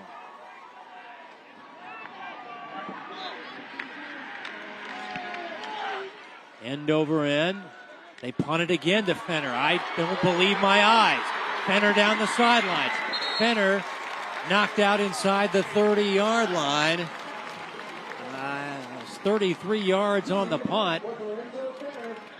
And I don't get the logic punting to number one. This guy's the most dangerous kick and punt returner in Kansas City. Yeah, and you see Fenner catching it on the run, just adding a couple extra yards there. You see him just trying to get to that boundary and get upfield, but great starting field position for Fort Osage to start the third quarter here. He averaged 24 yards per punt return last year. He got 15 there, and Peppers is taken down. And those 35s, Johnny, you were saying the 35 in white and the 35 in red, both defensive linemen having big games, and they're not the biggest guys out there either. And if you watch Bird, he just plays under the pad level of the offensive lineman, and not sure if he's a wrestler, but and he sure knows how to use that to his advantage, and he's probably had 5 of those tackle for losses. All I heard about the 210-pound junior is he's one of our most improved players. Quarterback Many avoids the sack, gets what he can. As he dives to the 25, he'll get about 3 on the play, but looked like Testa, the linebacker, was on a linebacker blitz. And we saw Many. He is not a small guy. He looks like a tight end out there, and Testa just kind of got dusted off. Yeah, and you see Many able to shake him off and pick up some good yardage here. If you're Testa right there, you just got to break down and got to go below the waist. You can't try and tackle him up top. On third down and long, trying to set up a screen, and he'll throw it down. Let's see if it's grounding. It's incomplete, and the official does throw a late flag. That is the referee, Alonzo Hood. So we probably have intentional grounding. We'll wait and see after the officials meet.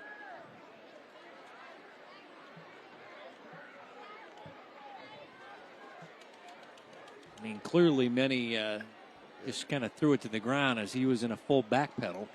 Looks like they were trying to run a screen, and there was a running back near, but as Many was... Now they're going to pick it up. Yeah, and if you see 24 was in the vicinity, just kind of see the play get broken up, and right there, just wise decision not to throw it. Receiver gets knocked down, and well, I think that could have gone either way, but fortunate for Fort Osage, they're going to still be within field goal distance. Yep, they're going to do it. This is going to be a long field goal. Where they're putting it down, 41-42, Johnny. I don't know. It looks like 42. I say once you're past the marker there. Well, it's a 42 if you're the home team. It's 41 if you're the away team. Let's see. This kid, they say, has a good leg. And he drives his foot through it. And it's up. Yes, sir. He got it. Xander Shepard from 42 yards. This guy kicked since his freshman year. Had game-winning field goals against Staley and Platte County on their playoff run. And that is a big kick. Earlier in the game, he was warming up on the sideline, and he was kind of upset when they decided to go for it on fourth down. And right there, he got his opportunity and splits the uprights. A big-time kick right there. And puts Fort Osage up now. 2 scores, 17-7, but yeah, what a way to seize the opportunity is, these guys aren't necessarily given the opportunity every time that they're on that side of the field, but coach has confidence and Shepard puts it through. Let's check in with Leon down on the field. Hey, Kevin, right before Xander Shepard went on the field, I was kind of looking around like, they're going to try a field goal here, and one of his teammates comes over and looked. He knew what I was thinking, I guess, and he goes, he's got a cannon for a leg. But man, he does, right down the pipe. Got 2 great kickers in this game in Xander Shepard and Austin Schmidt. They can really kick. Shepard is a junior, and they said his range was pretty much 40 yards and in, and he extended it from 42, and this one is going to get into the end zone for a touchback, so no chance of return. And Grain Valley, tell you what, they scored the first touchdown of the game, but since then, the Fort Osage defense has really been in charge. Let's see if they can get their offense untracked. At least they'll start in fairly good field position. They'll start at the 20-yard line. Yeah, and it's important on this first down play that you get some positive yards. Kind of been put in tough third down situations that are forcing them into passing downs, and we know this team likes to run the ball, so see if they can't clean it up and make it more manageable situations. Play action. Quick pass out. Get the tight end. Monte Rahan. And the big guy, Eli. Monaran, sophomore, 6'2", $190 with a huge play down the sidelines. 41 yards. Is that his first touch of the night? I think that's the first time they found the tight end, and Fort Osage forgot about him here. This big guy can run. Yeah, and you see the missed tackle right there, and then the big guy just gets upfield. Good job blocking down the field, but just a simple play action, roll out, pass and catch. Big time play for Grain Valley. His name is spelled Monrian, but they say it's pronounced Monaran.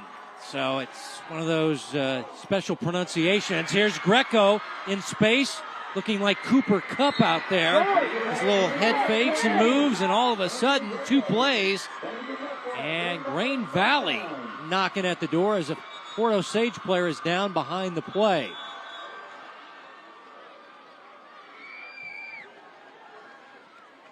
Looks like he's got cramps. See his teammates out there. And the trainer coming out to check him out as we check in with Leon. Yeah, the Fort Osage team has been played by a couple of players coming down with cramps right now. One of them is Roman Tillman. He's also on the sideline. He's a young man, of course, came with a huge interception in the first half. He's still laying on the ground on the sideline. They're trying to stretch him out, but it's a little steamy down here, so the cramps are setting in. There is Donna Gilbert, longtime Fort Osage trainer, working out the calf muscle. 32 years. All the great athletes that have come through here, and such a nice lady. Doing a great job here. I hadn't seen the cramps so much in the last few years. It seemed like the hydration situation had been conquered, but like Leon said, it's kind of a steamy night. Now that the sun has set, it's not too bad, but here you see some of the players getting the legs massaged and worked out, but this starts Monday, Sunday, Monday, Tuesday. You gotta do it all week long. So, but how about all of a sudden Grain Valley? A couple of long passes to their tight end and also their leading wide receiver last year, and they're inside the red zone. 1st and 10 from the 15-yard line. Larson cuts it back. Larson spinning his way and fighting his way inside the 5-yard line. And Larson fired up after that last run. Well, and let's see if they're going to throw a flag for a face mask. He's grabbing his own face mask. I don't know if he was trying to tell the official, hey, they yanked me down by the face gear. Nope. 1st and goal. Grain Valley, this is their 4th play of the drive. After I was shoveling dirt on their offense, saying they couldn't move anything. Here's Larson right up the middle. Did he get in? Yes, touchdown, GV.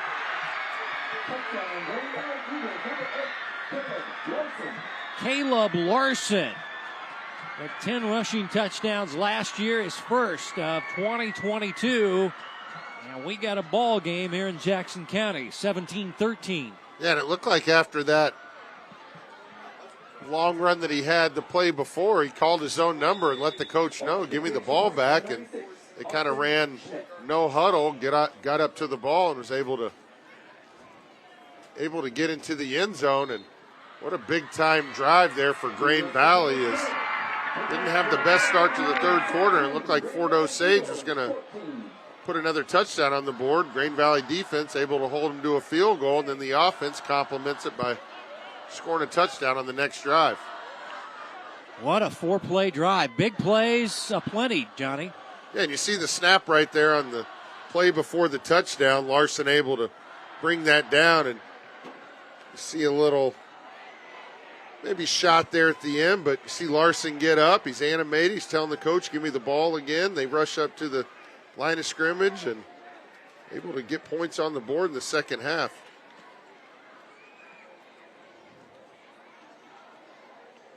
Able to get across the plane, and this guy, 10 rushing touchdowns last year, averaged 62 yards per game, 5.1 yards per carry, and he looked like a man on the mission. They said he's a fiery kid. He plays with no fear, and he put his team on his shoulders here. But I felt like that Monoran play to the tight end, that big long pass, looking like Travis Kelce running down there with that 87 on his back. Well, they had kept that play in their back pocket as they ran that run play a couple times, and the time just run the fake, and like you said, just slip the tight end out. Yeah, I didn't, this kick will, these kickers can bomb it, but I tell you what, I don't think they thought number 87 was that fast, because he got to the edge, and some of these tight ends can really run, and Eli, the sophomore, really turned on the Jets, and that was the big play, and now they'll give it back to Fort Osage in the offense, but game on now, because Grain Valley really just jumped down the field 80 yards rather easily, while Fort Osage, is some of their big players are on the sidelines doing cramps manipulation. These guys just walked it down the field on them. And now this is the speedster Peppers, maybe a yard.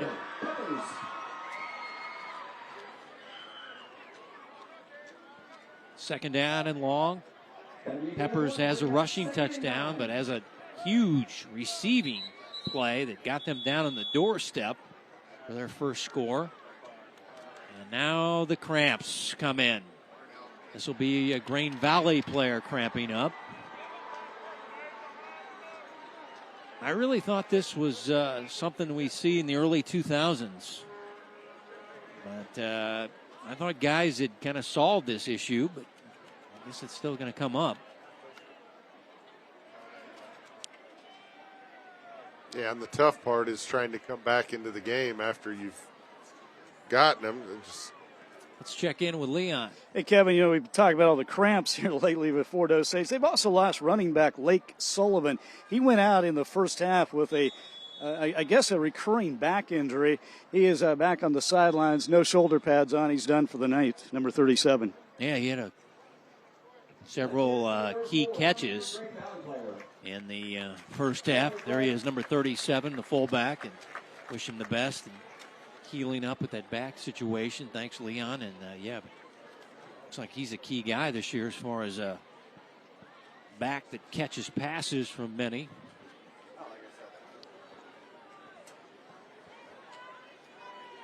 Yeah, every week one game. When I go to a game, they're okay, get ready for cramps, penalties. Yeah, you get out about 10:30. It's like, no, I got volleyball tomorrow. I don't want to stay there that late. They're like, oh, well, the cramp situation I thought was a thing of the past, but it's popping up again here. Well, it's unfortunate when it takes, some of the better players off the field, but, you just got to make sure you're doing your job during the week, and you can't overlook the little things. And like you said, once it starts setting in, I mean, you just don't, okay, I'm ready to go back in. It tends to linger on you. Second down and long. And And Fenner can't hold on near the sidelines. Yeah, he looked like he took a glance down the field before he latched onto that football. And again, you see those defensive backs honoring the long ball, so Fenner does a good job of, again, finding the soft spot in the defense. Wishes he had that one back, but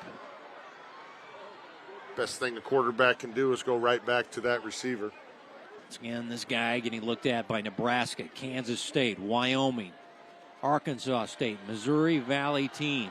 4.39 speed. They always seem to find a spot when you can run. Third down and long for many. On the roll. Gets away from the pressure. And now hit. Ball loose. Ball on the field. And let's wait. There's a lot of white jerseys there.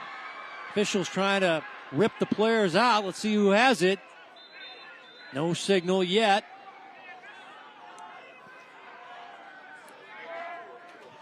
There we go. And it's covered up by Green Valley. But Fort Osage is saying we had the football. Wrong signal, Alonzo. And now they fix it. Okay. But it's still fourth down. Yeah, you said it's still going to be fourth down, but that would have been a huge momentum shift right there for Green Valley, as Minnie was trying to hold on to that ball and keep his eyes downfield, but who knocked this free? He kind of got away from the first wave. Then he ducked away from the second wave, but the third wave said Cowabunga guy, and they got hit. And that was Alcantar, the defensive end. But I like the Fort Osage player that was right by Alonzo Hood when he signaled Green Valley ball, like, what? Now we're gonna. Everybody's a little rusty week one. Yeah, let's see what. Timeout. Rick. Now we're gonna get a timeout for Fort Osage. Did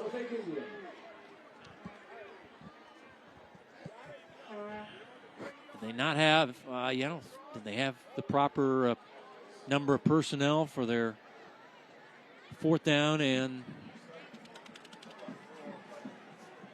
13-yard punt? Let's see here.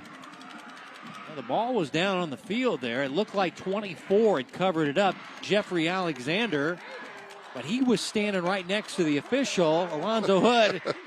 And yeah, that one, I would have liked to get a good shot of his face when Alonzo said Green Valley ball, but he has the ball. 24 has the ball right there. Well, their helmet came off. Yep. All right, punting time. Many in punt formation. The Green Valley punt returner waiting in midfield. Pressure. Many gets it away. Keegan Hart signaling, I don't want to handle this. And the field turf bounce is good. And there's a flag on Fenner, who kicked the ball. Yeah, he kicked the ball down the field, which is an illegal moving of the football down the field. And that's not a smart penalty. Just touched the ball. He tried to move it forward to gain more yardage, and the official will throw the flag. And I don't know, what is the official call on this? Delay a game, maybe? Yeah. Illegal procedure or just... Or illegal touching. Illegal touching. Fenner obviously did a soccer move with the ball there.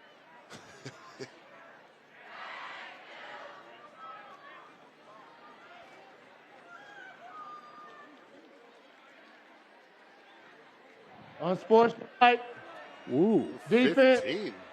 That's the 15-yard penalty. Wow, that's a detrimental penalty, but they nearly got in and blocked this on many. Able to get a very good punt off. I mean, through the hands. Yeah. Great job there of avoiding the punter. But Fenner, at the end of this, sees the ball trickling down and just does a little kicking of the ball, and that's where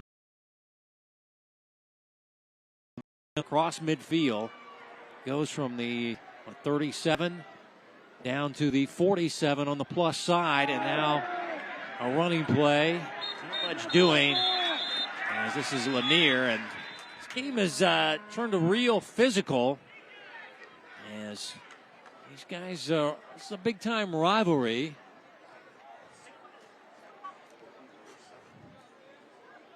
see at the end of the play here as Lanier.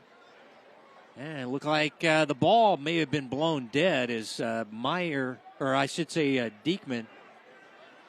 Yeah, the ball was covered up by Thorpe, but his forward momentum had been stopped. And now it's 2nd down and 9. 5.5 to go in your third quarter. 3-point lead. Larson rolling out, has a man down the field. Greco can't make the over-the-shoulder catch as the coverage there by Lamb in the Fort Osage secondary. If he was able to set his feet, he had a guy on the backside post, but obviously Fort Osage does a good job of getting some pressure and forcing the incomplete pass. And Greco's been a target downfield quite a bit tonight. He's just now getting back to the huddle. He's starting to wear down a little bit.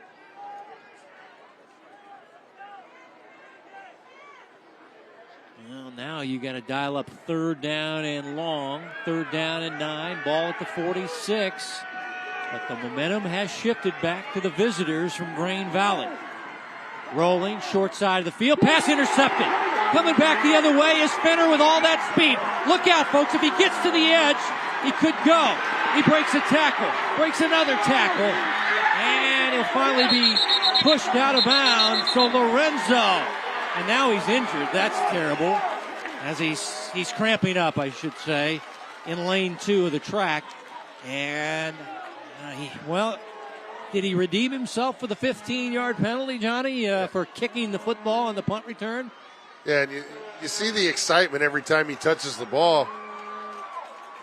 Again, Larson just kind of floats that ball up a little bit, and his receiver didn't know where it was, but again, you see the excitement when Finner has the ball. This guy's down the field blocking, and give a lot of credit to the big guy downfield, Blackman, as he was able to slow Finner down, or else, like Kevin said, he was off to the races up the sideline. 77 in white saved that touchdown. And a big lineman-type player, Styles Blackman, didn't make the stop, but he slowed him down, and his teammates able to get him down. Otherwise, he is gonzo for a pick 6, in my opinion.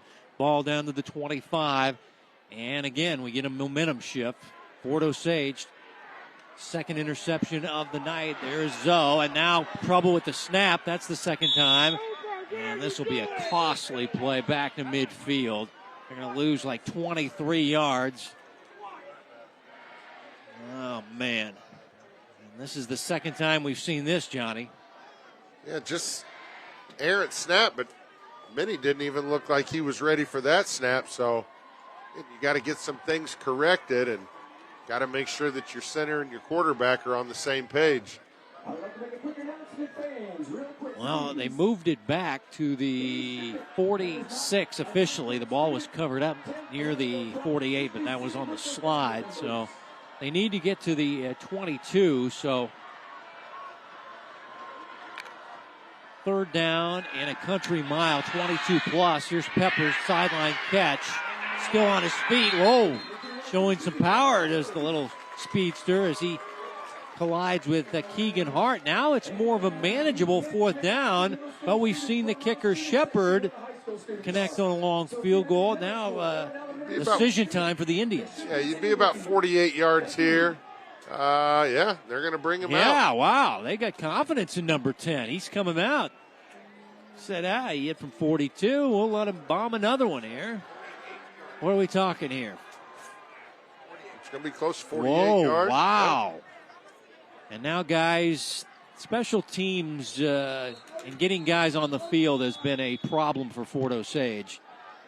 That will be addressed tomorrow in the film room, I would imagine. Yeah, they got too many men.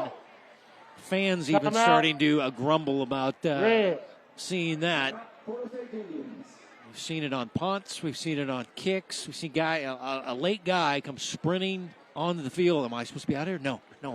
But wait a minute. How many we got here? We got 12? No, 13? No. Oh, okay. And, yeah. Coach Bolt, that's not friendly chatter coming out of his mouth, I don't think, because he's not happy with that.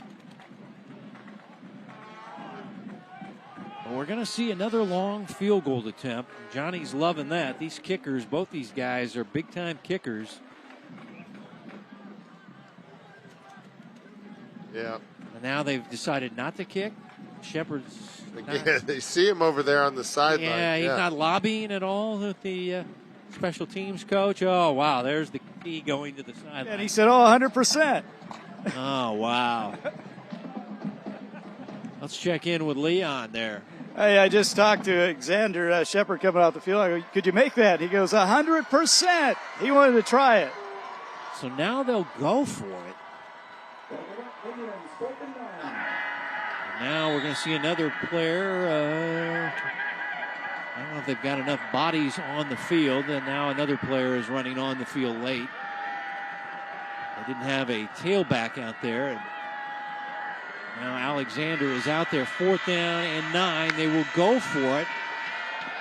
Eschewing the 48-yard field goal, looking down the field, and the pass is caught. Touchdown, and it's the Peppers man again. How about River Peppers? The little speedy back lines up outside as a wide receiver and makes the touchdown catch of 31 yards on 4th down and 9. I don't know if I'm more impressed, Johnny, as a runner or a receiver with number 22 for Fort Osage tonight. Yeah, well, they decided to go for it instead of kicking the field goal. And, you know, Pepper's been the guy tonight that been able to get over the top of the defense, as that's the second long ball he's caught. And like you said, you know, they're looking for a running back because he's out in the slot. So he's the guy who's able to line up multiple positions on this offense. And I think we're seeing the blossoming of a playmaker for Fort Osage here. Roachman on the defense is the call. Now do you go for a 2-point conversion?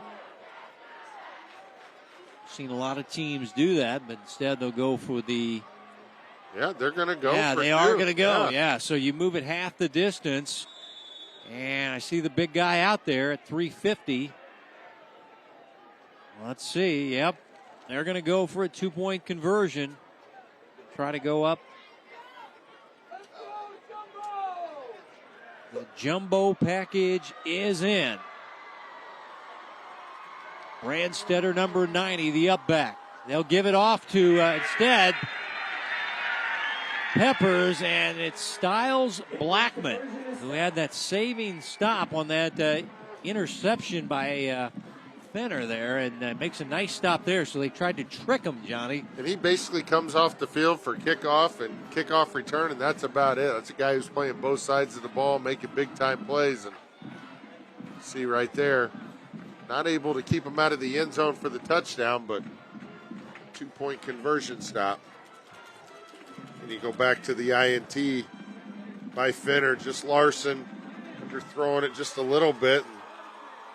Again, anytime the ball's in his hands, potential touchdown. And speaking of Blackman right there, does a good job of slowing him down. You see Minnie doing a good job of bringing that snap down. And you can see it's a second read, and he sees Peppers on that backside and throws a perfect pass. But we'll talk about a guy who's really making a name for himself tonight.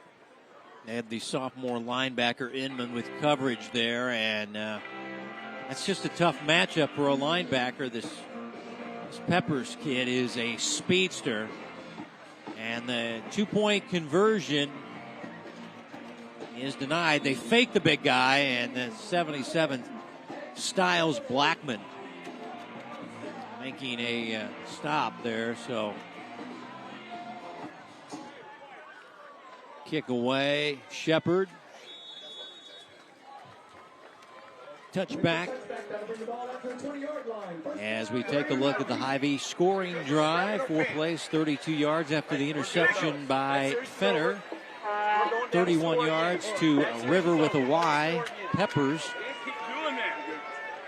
who is really showing off his chops as a receiving running back for this team. We're going to live on the sevens, guys. Get him out here. 77 is killing us. Look where we're at. As you can overhear the coaches in the huddle for Fort Osage talking about 77 killing them up front. And Oh, he lines up at left tackle. I mean, this guy's doing it all for Grain Valley tonight. 1st and 10. Give off on a jet sweep, and Olag gets a nice block on the edge and gets about 9 yards on the first down run. Let's take a look at this edge blocking by the Eagles. Oof. You see Keegan the lead Hart. blockers out front, and man. Yeah, they are DJ Harris. So check in with Leon. Hey, going back to that 4th down touchdown for Fort Osage, that play is called Dart 5 Demon, and quarterback Greg Minnie said they had a lot of confidence in it. He says hard to guard. Well, yeah, you've got a running back on a linebacker, and this running back has wide receiver speed and peppers. I mean, it's tough, and now movement, and the big guy, Brandstetter, just floors the offensive lineman there. That's Robinson, the center. And it'll be a 5-yard penalty and an automatic first down on Fort Osage for encroachment. Yeah, that's tough to get up from that. I mean, not expecting that and just get bulldozed over. That was called getting your money's worth on a penalty. And a run up the middle. DJ Harris across midfield in a blink of an eye. And now here comes Grain Valley in this momentum shifting game.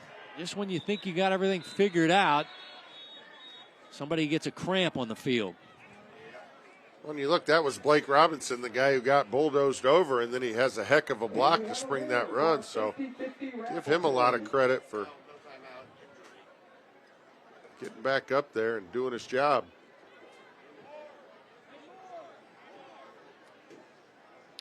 That is the free safety, Ryan Thorpe.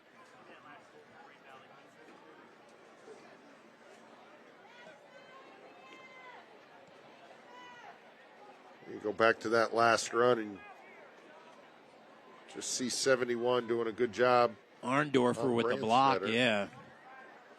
Grant did a good job, the left tackle, and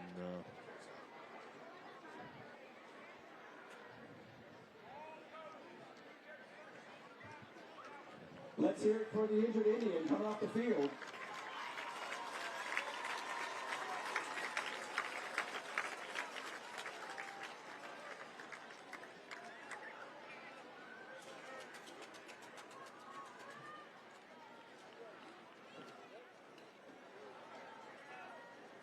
so it'll be first and 10. Ball at the 48-yard line as Ryan Thorpe is the player cramping up. So they'll lose their starting safety. So if they want to throw, missing a very good player in the back half of the Ford OD. Nope, Larson wants to run it.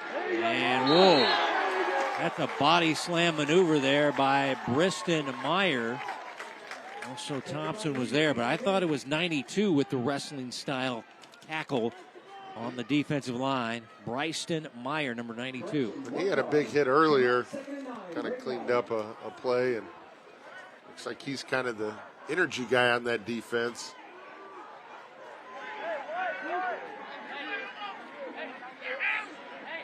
Under 2 to play in your third quarter, week 1, Missouri High School football. 2nd down and long. Pistol formation. Larson. Harris in the backfield has 1 rushing touchdown. Short side toss pitch. DJ stays on his feet. And a nice gain. Yeah, a little bit shy of the first down. And it's a guy that played as a 9th grader, so I have a lot of faith in number 41 running the football. Yeah, and you see right there just good vision of kind of seeing where that defense was going. Wasn't trying to get upfield too quick, patient with his run, and able to pick up some good yards. Again, talking about those manageable 3rd down situations, Grain Valley, 3rd and 2 here.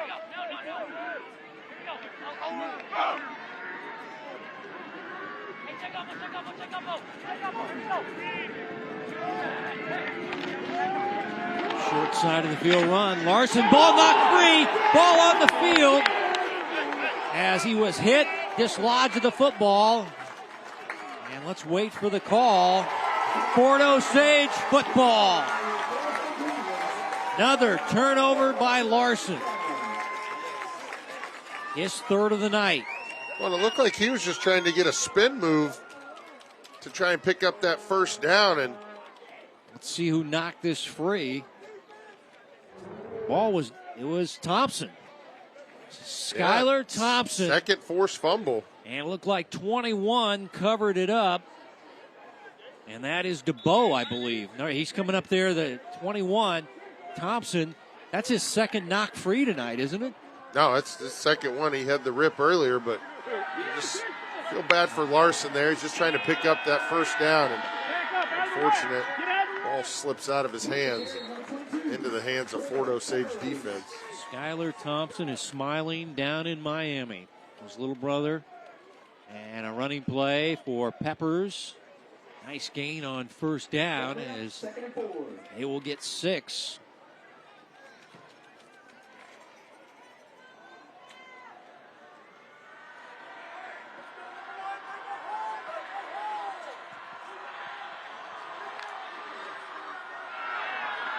And nothing doing this time. Peppers, a lot of white jerseys awaiting him there as there's Styles, Blackman. Is he doing double duty tonight, both offensive line and defensive line? I think the only thing he's not on is kickoff return and kickoff. Yeah, that was the old school thing. How macho for you. There is Skylar Thompson's little brother, Anthony Thompson. And a late scratch, and he got moved to Mike linebacker, having a big game tonight. As this running play is stuffed for short yardage. It's going to be 4th down and punting time, but yeah, you don't see the two-way player as much anymore. Yes, nice defensive work there by Testa, the linebacker, and it'll be 4th down. And we will have a punt coming up in the 4th quarter as this ball game just seesawing back and forth. One team grabbing the momentum. We've had cramps. We've had penalties. We've had turnovers. It's week 1 of Missouri high school football and the Hy-Vee High School Game of the Week.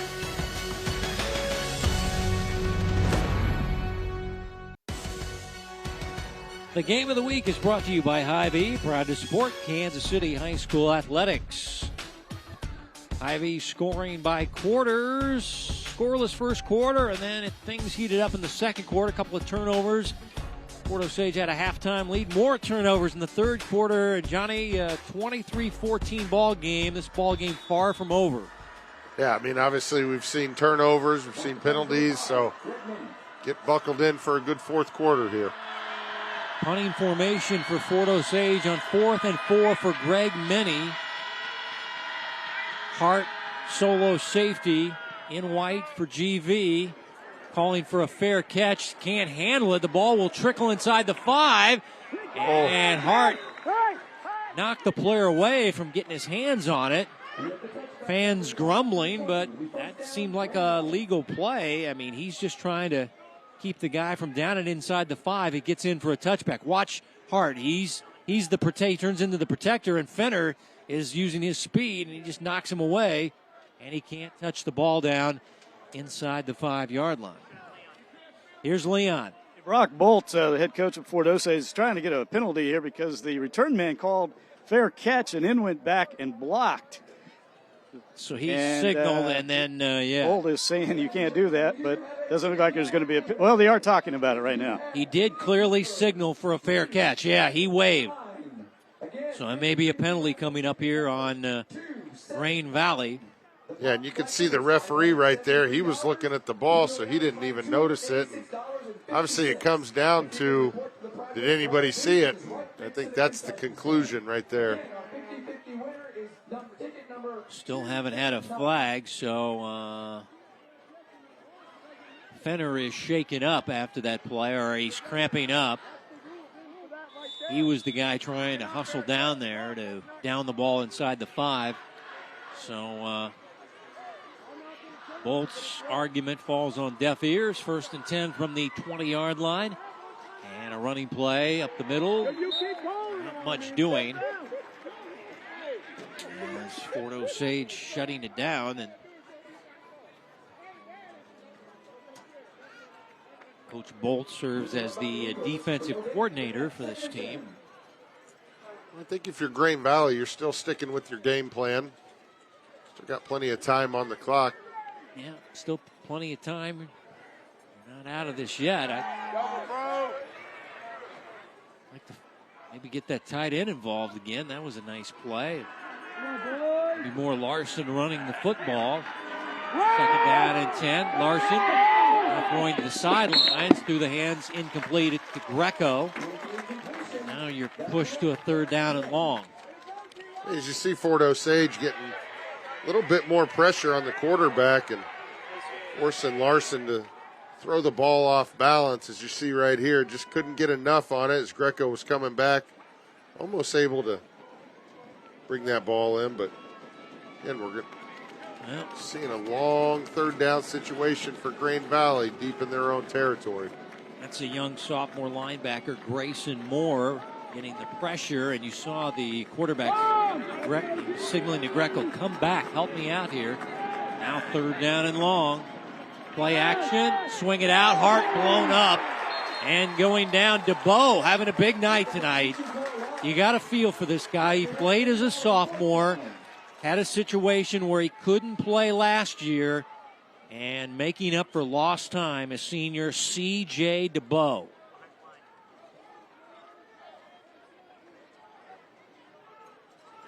He's just reading his keys, and again, Larson not able to get a lot on it.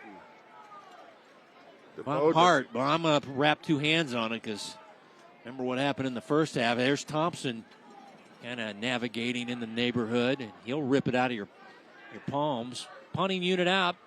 Sloan into it. Low, short. Oh, wow, that went sideways. Sloan looking back at the official. What's he looking at here? I don't know. Looked like using golf vernacular, that was a shank. As it goes out at the 32-yard line. So, what? 6-yard punt? 15. 15-yard punt. Okay. What happened here? But you saw Sloan, after he hits this punt, he quickly turns around and looks at the official. And Johnny said, yeah.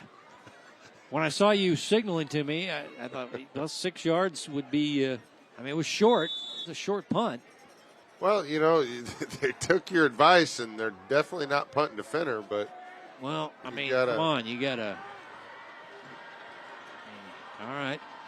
So now short field, 1st and 10 from the 32 after the 15-yard punt. And this is Peppers kind of picking his way. Yeah, you saw a little patience there on that run and able to kind of navigate through. And, maybe that's something, that we're going to see him get better at as he goes through, these games this year, is just become a better runner. You talk about these running backs becoming more patient as they get older, and, you got to let the linemen get upfield. You got to kind of let the play develop. And he might have got some of the field in his eye there, but Dylan White was the right guard, he was riding his coattails on that play. He checks out. Alexander in the backfield. 2nd down and 4. This will be Alexander. He's kind of a power back, and say hello to 4 Eagles, and really no gain on the play. Hart there, also Brody Baker, the Mike linebacker, the inside linebacker, and Styles Blackman doing double duty tonight. Now you're facing a 3rd down and 4. And this is a big down and distance. If you're Fort Osage, you're trying to really take control in this game that we've seen the momentum kind of switch back and forth. Grain Valley's hurt themselves with 4 turnovers. Pass by Minnie, and it's caught on the sideline. Finner, the catch. 1st and 10, just outside the 10-yard line. And there's that connection. These guys have been playing together since they were 3rd graders.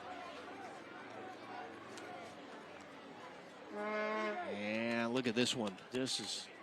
Yeah, good throw by Minnie. Getting that ball out there. And, of course, we've seen Finner with 5 or 6 catches tonight as he's staying involved. And big pickup there for 1st down for Fort Osage. And keep that clock running. Good shot on the sidelines by our cameraman, birthday boy Wyatt tonight. And now a tackle from behind the old horse collar, and the official's not going to call it. There he is. Hey, Wyatt, happy birthday. Yeah. Don't know your last name, but I like your shirt. And let's see, is this horse collar? Yeah. Can't do that.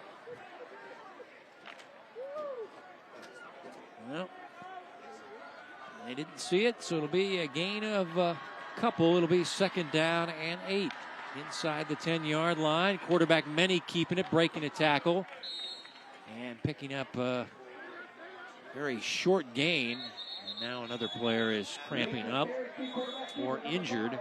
This player, that might be an injury, as we saw the pain level as the trainer out to. That's a cramp. Yeah. Look like they're yeah. Let's take a look at what happened here. As Many, the defensive end Alcantor, and couldn't hang on. And right away you can see the leg just kind of lock out. Yeah.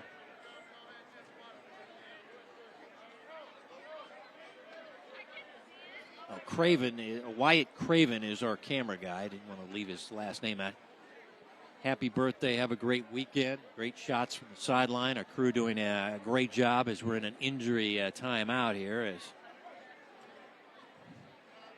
it looks to be a cramp. We've had a bushel full of those here in the second half. Boy, just when you think we've solved this mystery of the cramps. Oh, we're not going to have any cramps week 1. No. Guys know how to hydrate before week 1. Yeah. Yep. Boy, I'm eating my words. Don't forget, tomorrow, we're in the air conditioning at St. James Academy. Early, 8 a.m., first matchup. We got 8 matches, 16 teams. It's going to be loud. It's going to be exciting. It's rally scoring. Volleyball in Kansas City is huge, ladies and gentlemen. You're going to see some of the best athletes in the Kansas City metro area, and Al Cantor gets checked for the cramp and is off. Don't miss the volleyball slam. I mean, it looks good on TV. You got Jill Dorsey Hall working it. Leon's going to be there, and Leaf Lysick. And then Nancy Dorsey, the St. James coach. I don't know how she does it, but she coaches volleyball and broadcasts all in the same day. And she's all full of energy, and she's not a woman to be trifled with. I'll tell you that right now. Yeah. You don't want to get on Nancy's bad side there at the slam. That's her baby. She puts together the great lineup. She's given me 2 great ones. I'm on at 12:30. I got Lee Summit West and Blue Valley West. So that should be an interesting matchup. But I just found out that Coach Horstick, she's going to have a baby next month. She'll be there coaching 35 weeks pregnant. And her girls are going to get after it. And, of course, Coach Horstick was a member of the Titans volleyball program, a legendary member as they run it with Peppers short side of the field on 3rd down and long. And now it'll be a 4th down. Now it's decision time. You know you got the automatic 3 with the good kicker and Shepard. As Hart able to push out Peppers. And here comes the kicker, Johnny.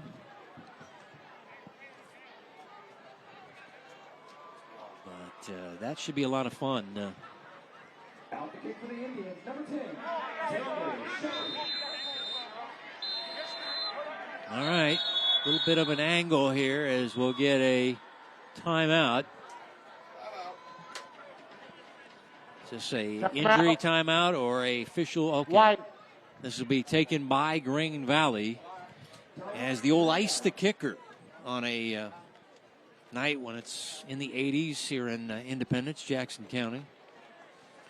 So, well. And even on a made field goal, you're still only down 2 scores, so I would think you would want that timeout later on in the game unless you had some personnel issues, but you want to make sure that you got your guys on alert for a fake or anything that could put the game, put yourself in a bigger hole, I guess, but you just hate using timeouts on special teams. Yeah, well, a little bit of an angle, but it's a short kick. They'll spot it at the 12, so it'll be a 22-yarder, 10 yards for the end zone. Well within this guy's range. He's hit from 42, and this guy, boy, he's got a smooth little swing through the ball, and it is up and good. And now it's 26-14, Johnny, as Shepard has 2 field goal makes tonight from 42 and 22 yards. Well, I think, Kevin hit the nail on the head. It's such a smooth, nice, compact swing. He's not trying to kill the ball. He knows what his job is. That's put it between those uprights. And, again, being able to count on your kicker week 1, that's only going to set him up for success later on down the road. And, any time that you can put points on the board with your field goal kicker, just makes your offense that much more dynamic. No question. That is a good point, Johnny. I mean, you see these teams that have these elite high school kickers and what they average points per game. It's always a larger number when you have a guy like Shepard or Schmidt on the side of Green Valley that you can trust to let one go from 40 plus. Yeah, and it's, never your goal as an offense to not score a touchdown, but if you're able to put points on the board, like you said, you can grow a lead and put yourself in a position to put a team away. But also, like you said as well, he has 2 game-winning field goals under his belt, so he's a guy that they're going to count on this year. And once again, these colleges are finally waking up and smelling the coffee and giving punters, giving kickers full scholarships. Maybe 15 years ago, they said, no, come in, walk on. We'll have about 5 or 6 of you guys just try out, and then we'll maybe give you a scholarship after you do a good job for a while. And just no respect for the kickers. As a nice return. That is Ola, the transfer from Blue Springs. And he'll take it out to the 30. When did this all change? Was this, I feel like Sebastian Janikowski, he became a high draft pick, was at Florida State. I mean, this is throwback kicker day, but felt like, he became a household name as a kicker, and then all of a sudden, I feel like the coaches said, hey, I'm tired of missing field goals. We need those points, or we need a guy that can boom a punt 50 yards, and let's give them a scholarship. Well, the worst part is when you are on scholarship and you miss field goals. Yeah. What are we paying for here? Exactly. Yeah, that's the special teams coach. Yeah, they're not usually too friendly. As Larson rolling and throwing, Hart with the catch, immediately hit. Nice open field stop there. That was Tillman. Yeah, Tillman back in the game. And we saw him kind of cramping up in the third quarter, but he is back. He had an interception in the first half. I mean, if you're Green Valley, you've turned the ball over 4 times tonight, Johnny, and you're still hanging around this game. The ball game not over yet. Well, they almost took that kickoff back, so, they're one play away from being right back into this football game. I mean, there's no way the math is on your side. You turn the football over 4 times on the road. Yeah, the percentage of you winning the game is like single digits, but they still have a shot here as we do football analytics on a Friday night here in Week 1. Well, they strike and get a touchdown here. Still plenty of time. Coach Alley still believes. Yeah, and I think at this point you got to make sure that you're getting guys on and off the field quickly and can't be taking too much time in between plays. 3rd down and 3. Need a conversion here. And inside handoff that's blown up. Harris, a little misdirection, is engulfed. And when this guy tackles you, you feel it because he's about 350 out there. They tried to run a trap play, and yeah, like Brandstetter. Yeah, Brandstetter. Yeah, wow, he swallowed him up. With the loss for Green Valley, that'll bring up 4th and 5. 4th down after the 2-yard tackle for a loss. And it looks like I don't see Sloan, their punter, so I guess this is ball game. If you're Green Valley, you need to convert. 5.5 to go in regulation. And they'll throw it out in the flat. They have some running room, but he's tripped up. And it is Landon Lamb. What a open field stop, taking the legs out of the receiver. Ball over on downs. And it looks like Fort Osage is going to make it 3 straight over Jackson County rival Green Valley. And for all you young kids watching, I mean, this is exactly what you got to be able to do in open field. It's not always pretty, but, you know, when it's one-on-one and, you know, it's a chance to make a big stop. You see him go low, trip the feet, yep, the big stop, and, you know. Ty Williams couldn't get it done. Good shot by the birthday boy on the sidelines, and ball over on downs, and now it's going to be massaging the clock and trying to go to 1-0 if you're Fort Osage, and now penalty flags. Saw some movement there on the line. I don't know which side. Offensive side. Apologize for the mic situation for our referee tonight, veteran official Alonzo Hood.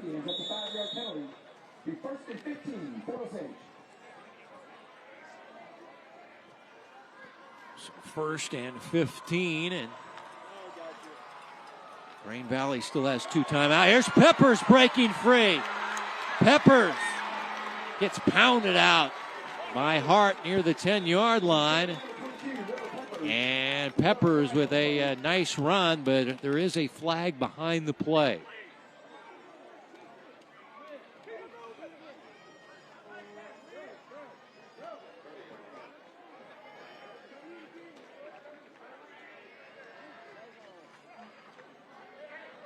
Holding penalty now on Fort Osage. So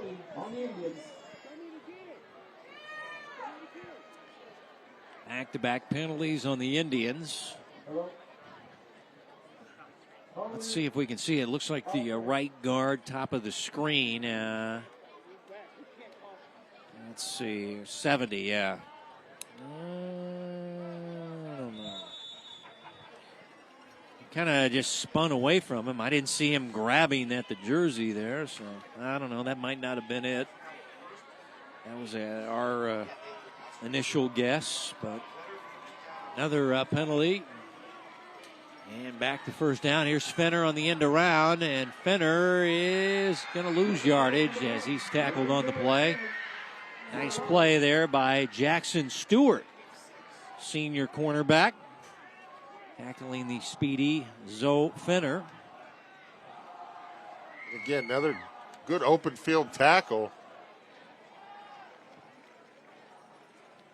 Yep. See Fenner not really finding a lot of green space. Green Valley's kind of playing the line of scrimmage a little bit more, knowing that more than likely they're running the football, but with the spread offense, you're trying to open up some running lanes. Well, I bet against no cramps tonight, so I lost that one. I'm going to lose another one as here's Alexander into the secondary. Alexander to the house. Touchdown, Fort Osage. Now, wait a minute. Let's make sure there's no penalties. No penalties. Alexander with a touchdown run for Fort Osage. 41 yards. And the Indians can celebrate a Week 1 win. And they're doing that right now. Well, and with Peppers getting a majority of the carries, Alexander's got those fresh legs and able to spring free and kind of put this game away.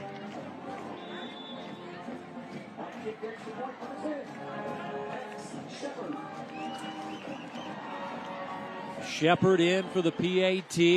Has 2 field goals. Perfect on the PATs tonight, and that one was his worst effort. And it was a little low hook, but it got in there. It all worked for him. It is good as that man, Jeffrey Alexander, the guy that's supposed to be physical, the guy that's just supposed to grind out the short yardage gains on third down and short, busts a long one. That's nice, easy counter play. And see Alexander reading his blocks, and right there, he's just a lot of tired white jerseys, and Alexander's got those fresh legs. Able to finish it all the way into the end zone, but got to give a lot of credit to this Grain Valley defense. They've been on the field for a lot of snaps this second half. Yeah, gave us the ex-chief Tyreek Hill there. Peace sign.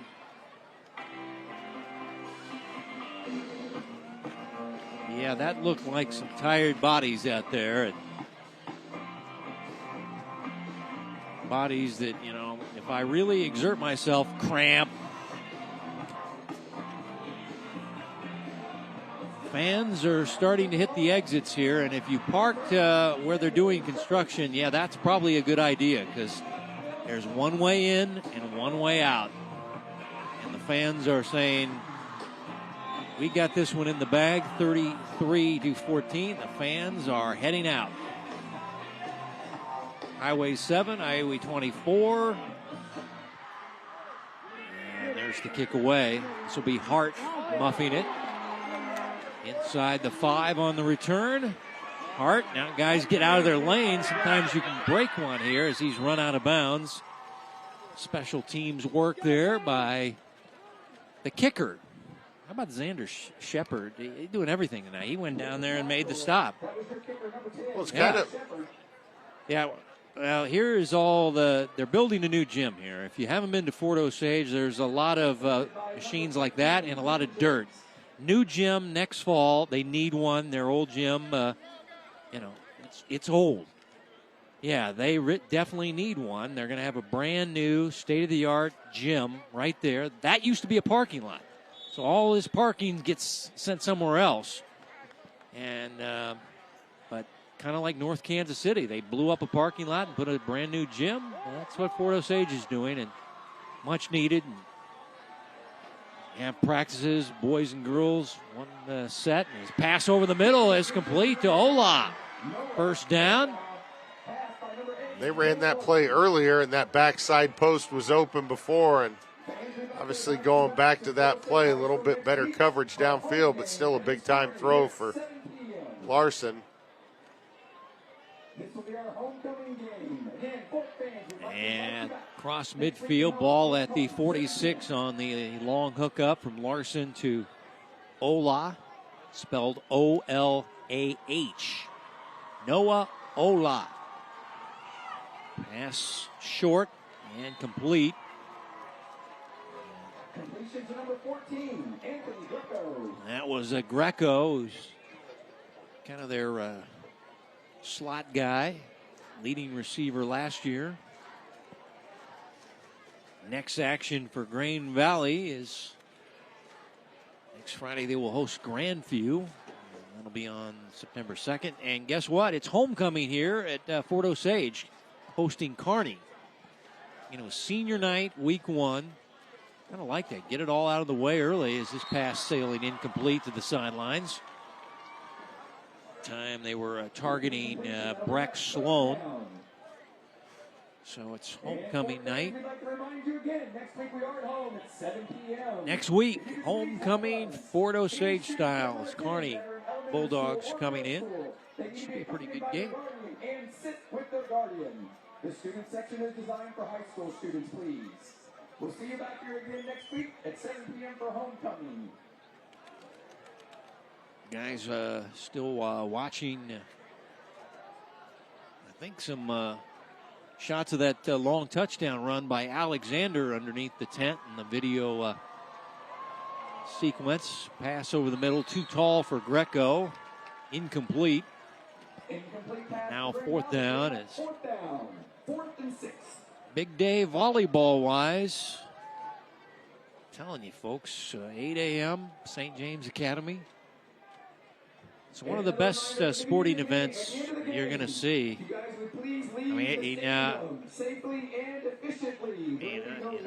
I mean, my matchup alone, Johnny, is Liberty versus Olathe Northwest at 2 o'clock. You have the best player in the country from the junior class on one side of the net. That's Sky Pierce. She plays for Olathe Northwest. And then you've got Abigail Mullen, who is the #1 recruit in the sophomore class of 2025. She played on the under-19 team in the Pan Am Games. These are people from our own city, people.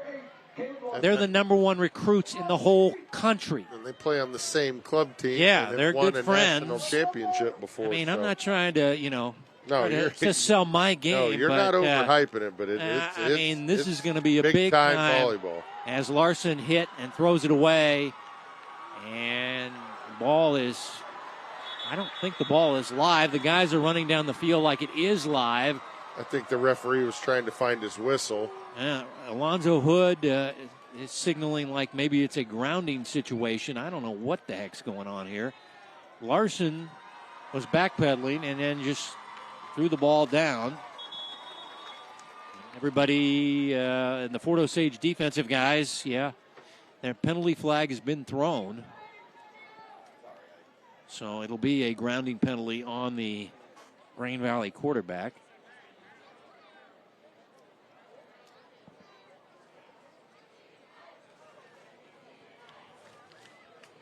Loss of down, that penalty is subject to.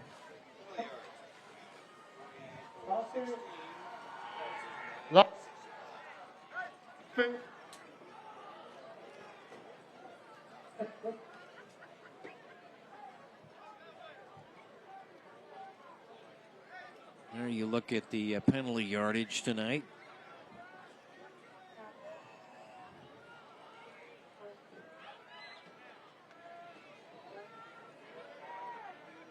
So the Indians lost last time. They hosted Grain Valley here, but now, dating back to last year, the 2 games played at Grain Valley, the Indians are going to have 3 in a row against their rivals. It's low snap, Larson running out of trouble, throwing, and the pass deflects incomplete off of Hart. With the incompletion, that'll be up 3rd down. Again, you see Larson just trying to do everything he can to get a pass off, but these Fort Osage defensive linemen are just pinning their ears back. And see the blitz by the middle linebacker here.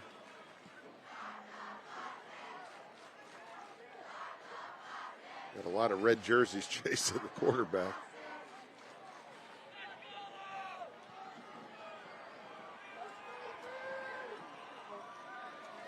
Now 3rd down and 30 yards. Got to get all the way down to just inside the 25. Floating a pass down the field. Going to be intercepted. Back the other way. Another turnover. This is Thorpe, the safety man, with a interception, and 5 turnover night now for the Grain Valley Eagles. And another flag.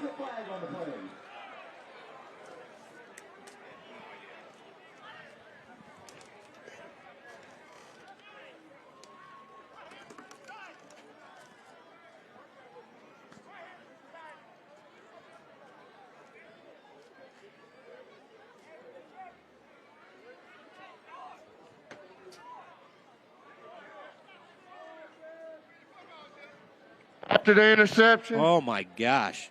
Back. Now the mic works, huh? As my ears blow up. So it's an illegal block, but it was post-possession. So it'll be Fort Osage ball. So the defenders get all excited and they're trying to block for their teammate. It's illegal. And all the coaches on the sideline are yelling at him to get down. Just go down. We've got the ball. We got the ball game over. 5 turnovers tonight. Man. 4 via With that interception, that is a turnover. the interception. Man. Next week on the Kansas side is the victory formation being set up. Alexander, who got that last touchdown run, and let's go back to the interception by Ryan Thorpe. And Larson just throwing it up for his receiver to get just a little bit too much, floats on him, and we've seen these Fort Osage defensive backs all night. Just right place, right time, and I think these guys going to be pretty happy tomorrow when they turn the film on and see that there's been multiple guys make big plays on that defensive side of the ball. So Tillman, Fenner, Thorpe. Who else got an interception? Oh, Anthony Thompson has 2 forced fumbles. Yeah, that's right. Yeah. Okay, so I thought he had one, but Thompson. Thompson had that rip. DeBose had a great game. Yeah, DeBose had a good game. A lot of tackle for losses, though. Oh, who am I missing on these INTs here? Tillman, Fenner, Thorpe. I thought there was 4 picks in the Hart strip.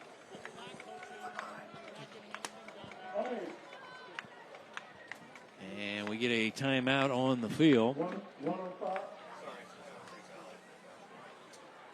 It's timeout for Grain Valley. Am I missing a turnover here? It's 5 turnovers, right? Yeah, 2 forced fumbles. Oh, 2 forced fumbles, 3 picks. Okay, there it is. There it is. Not 4 interceptions. 3 interceptions, 2 forced fumbles. Beg your pardon. For the turnover junkies, but still, I mean, a lot of penalties, a lot of cramps. But Fort Osage, and now they're resetting the clock here on week 1 as we approach 10 o'clock in the Midwest.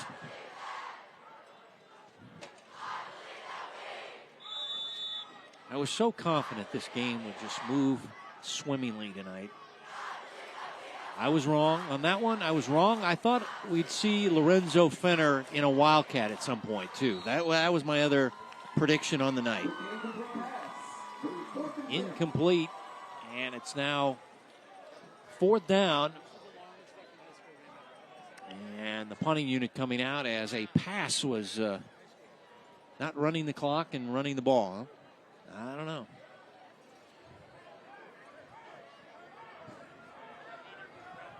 Yeah, well, the punting unit is coming out now for Fort Osage to send this one down the field on 4th down and 10. Still a minute left in your game clock. Manny, the quarterback.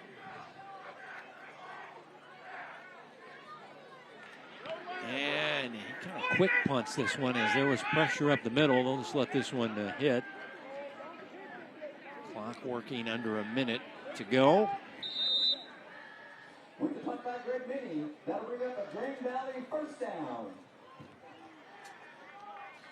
Good night for Fenner, the exciting player. A lot of people got to see his 4.38 speed, and I really thought they would use him in a Wildcat situation. You're not most of the time going to kick or punt to this guy, so let's get him touches other ways. And that's just me. I was wrong on that one. Wrong about the cramps tonight. I thought there would not be much cramping. Wrong. And so it's a doubles. Yeah, I'm 0 for 2 tonight, Johnny. And hopefully I'll have some better predictions tomorrow in volleyball. All I know is those girls, man, they work.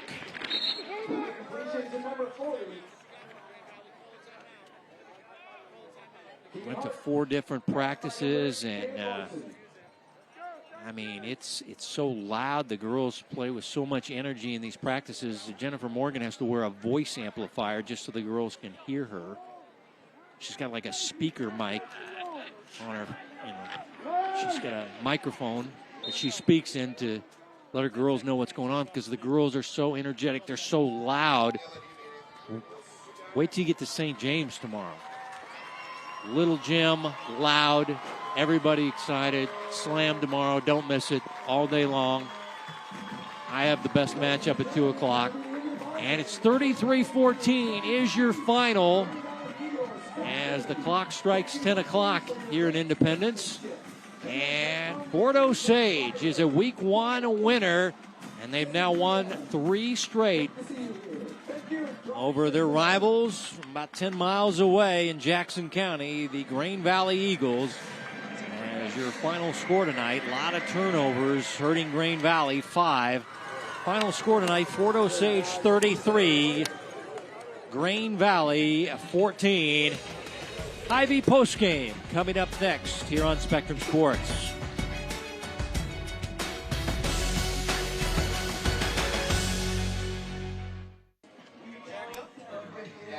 Celebration in Independence. Fort Osage High School on their senior night. They win at home 33-14. And here's Leon with the winning coach. Kevin, we are with the winning coach, Brock Bolt, the head coach of Fort Osage. And not always pretty, but you guys scored 26 points off turnovers, I believe. And you got to be satisfied with how your team reacted. We have a very balanced team this year. Offense, defense, special teams. We fought some injuries and cramps tonight. We kind of knew that was coming. We had a lot of kids step up that we didn't think were going to play, and they just kept feeding off of each other. And our kids have the confidence. If we keep it close in the second half, it's ours. I thought there was a big moment in that second half, 4th down and long. You looked like you were going to kick a field goal. You come back out, and I understand that play is Dart 5 Demon. I have no idea, but don't say it on TV. But you sorry about that. No, it's all right. What went into that out later. What went into the thinking there? The length on it, just how long it was. We didn't know that we were going to gain enough if we missed it, so we thought maybe just try to get the first down. They covered our first down route, and he came open on the backside. What about your kicking game, It Shepard? was great tonight. Our special teams all around tonight was a big night. It was a team win, all 3 phases. I couldn't be happier. I know this is only game 1 of a long season, but how important is it to get that first victory on opening night? I mean, we fought through adversity. We got a lot of things that we didn't do right, and we can get better. So that's the end. You win. You can't ask for much more as a head coach. All right, Coach. I'll let you get with your team. Rename that play, I guess. All right. Kevin, back to you.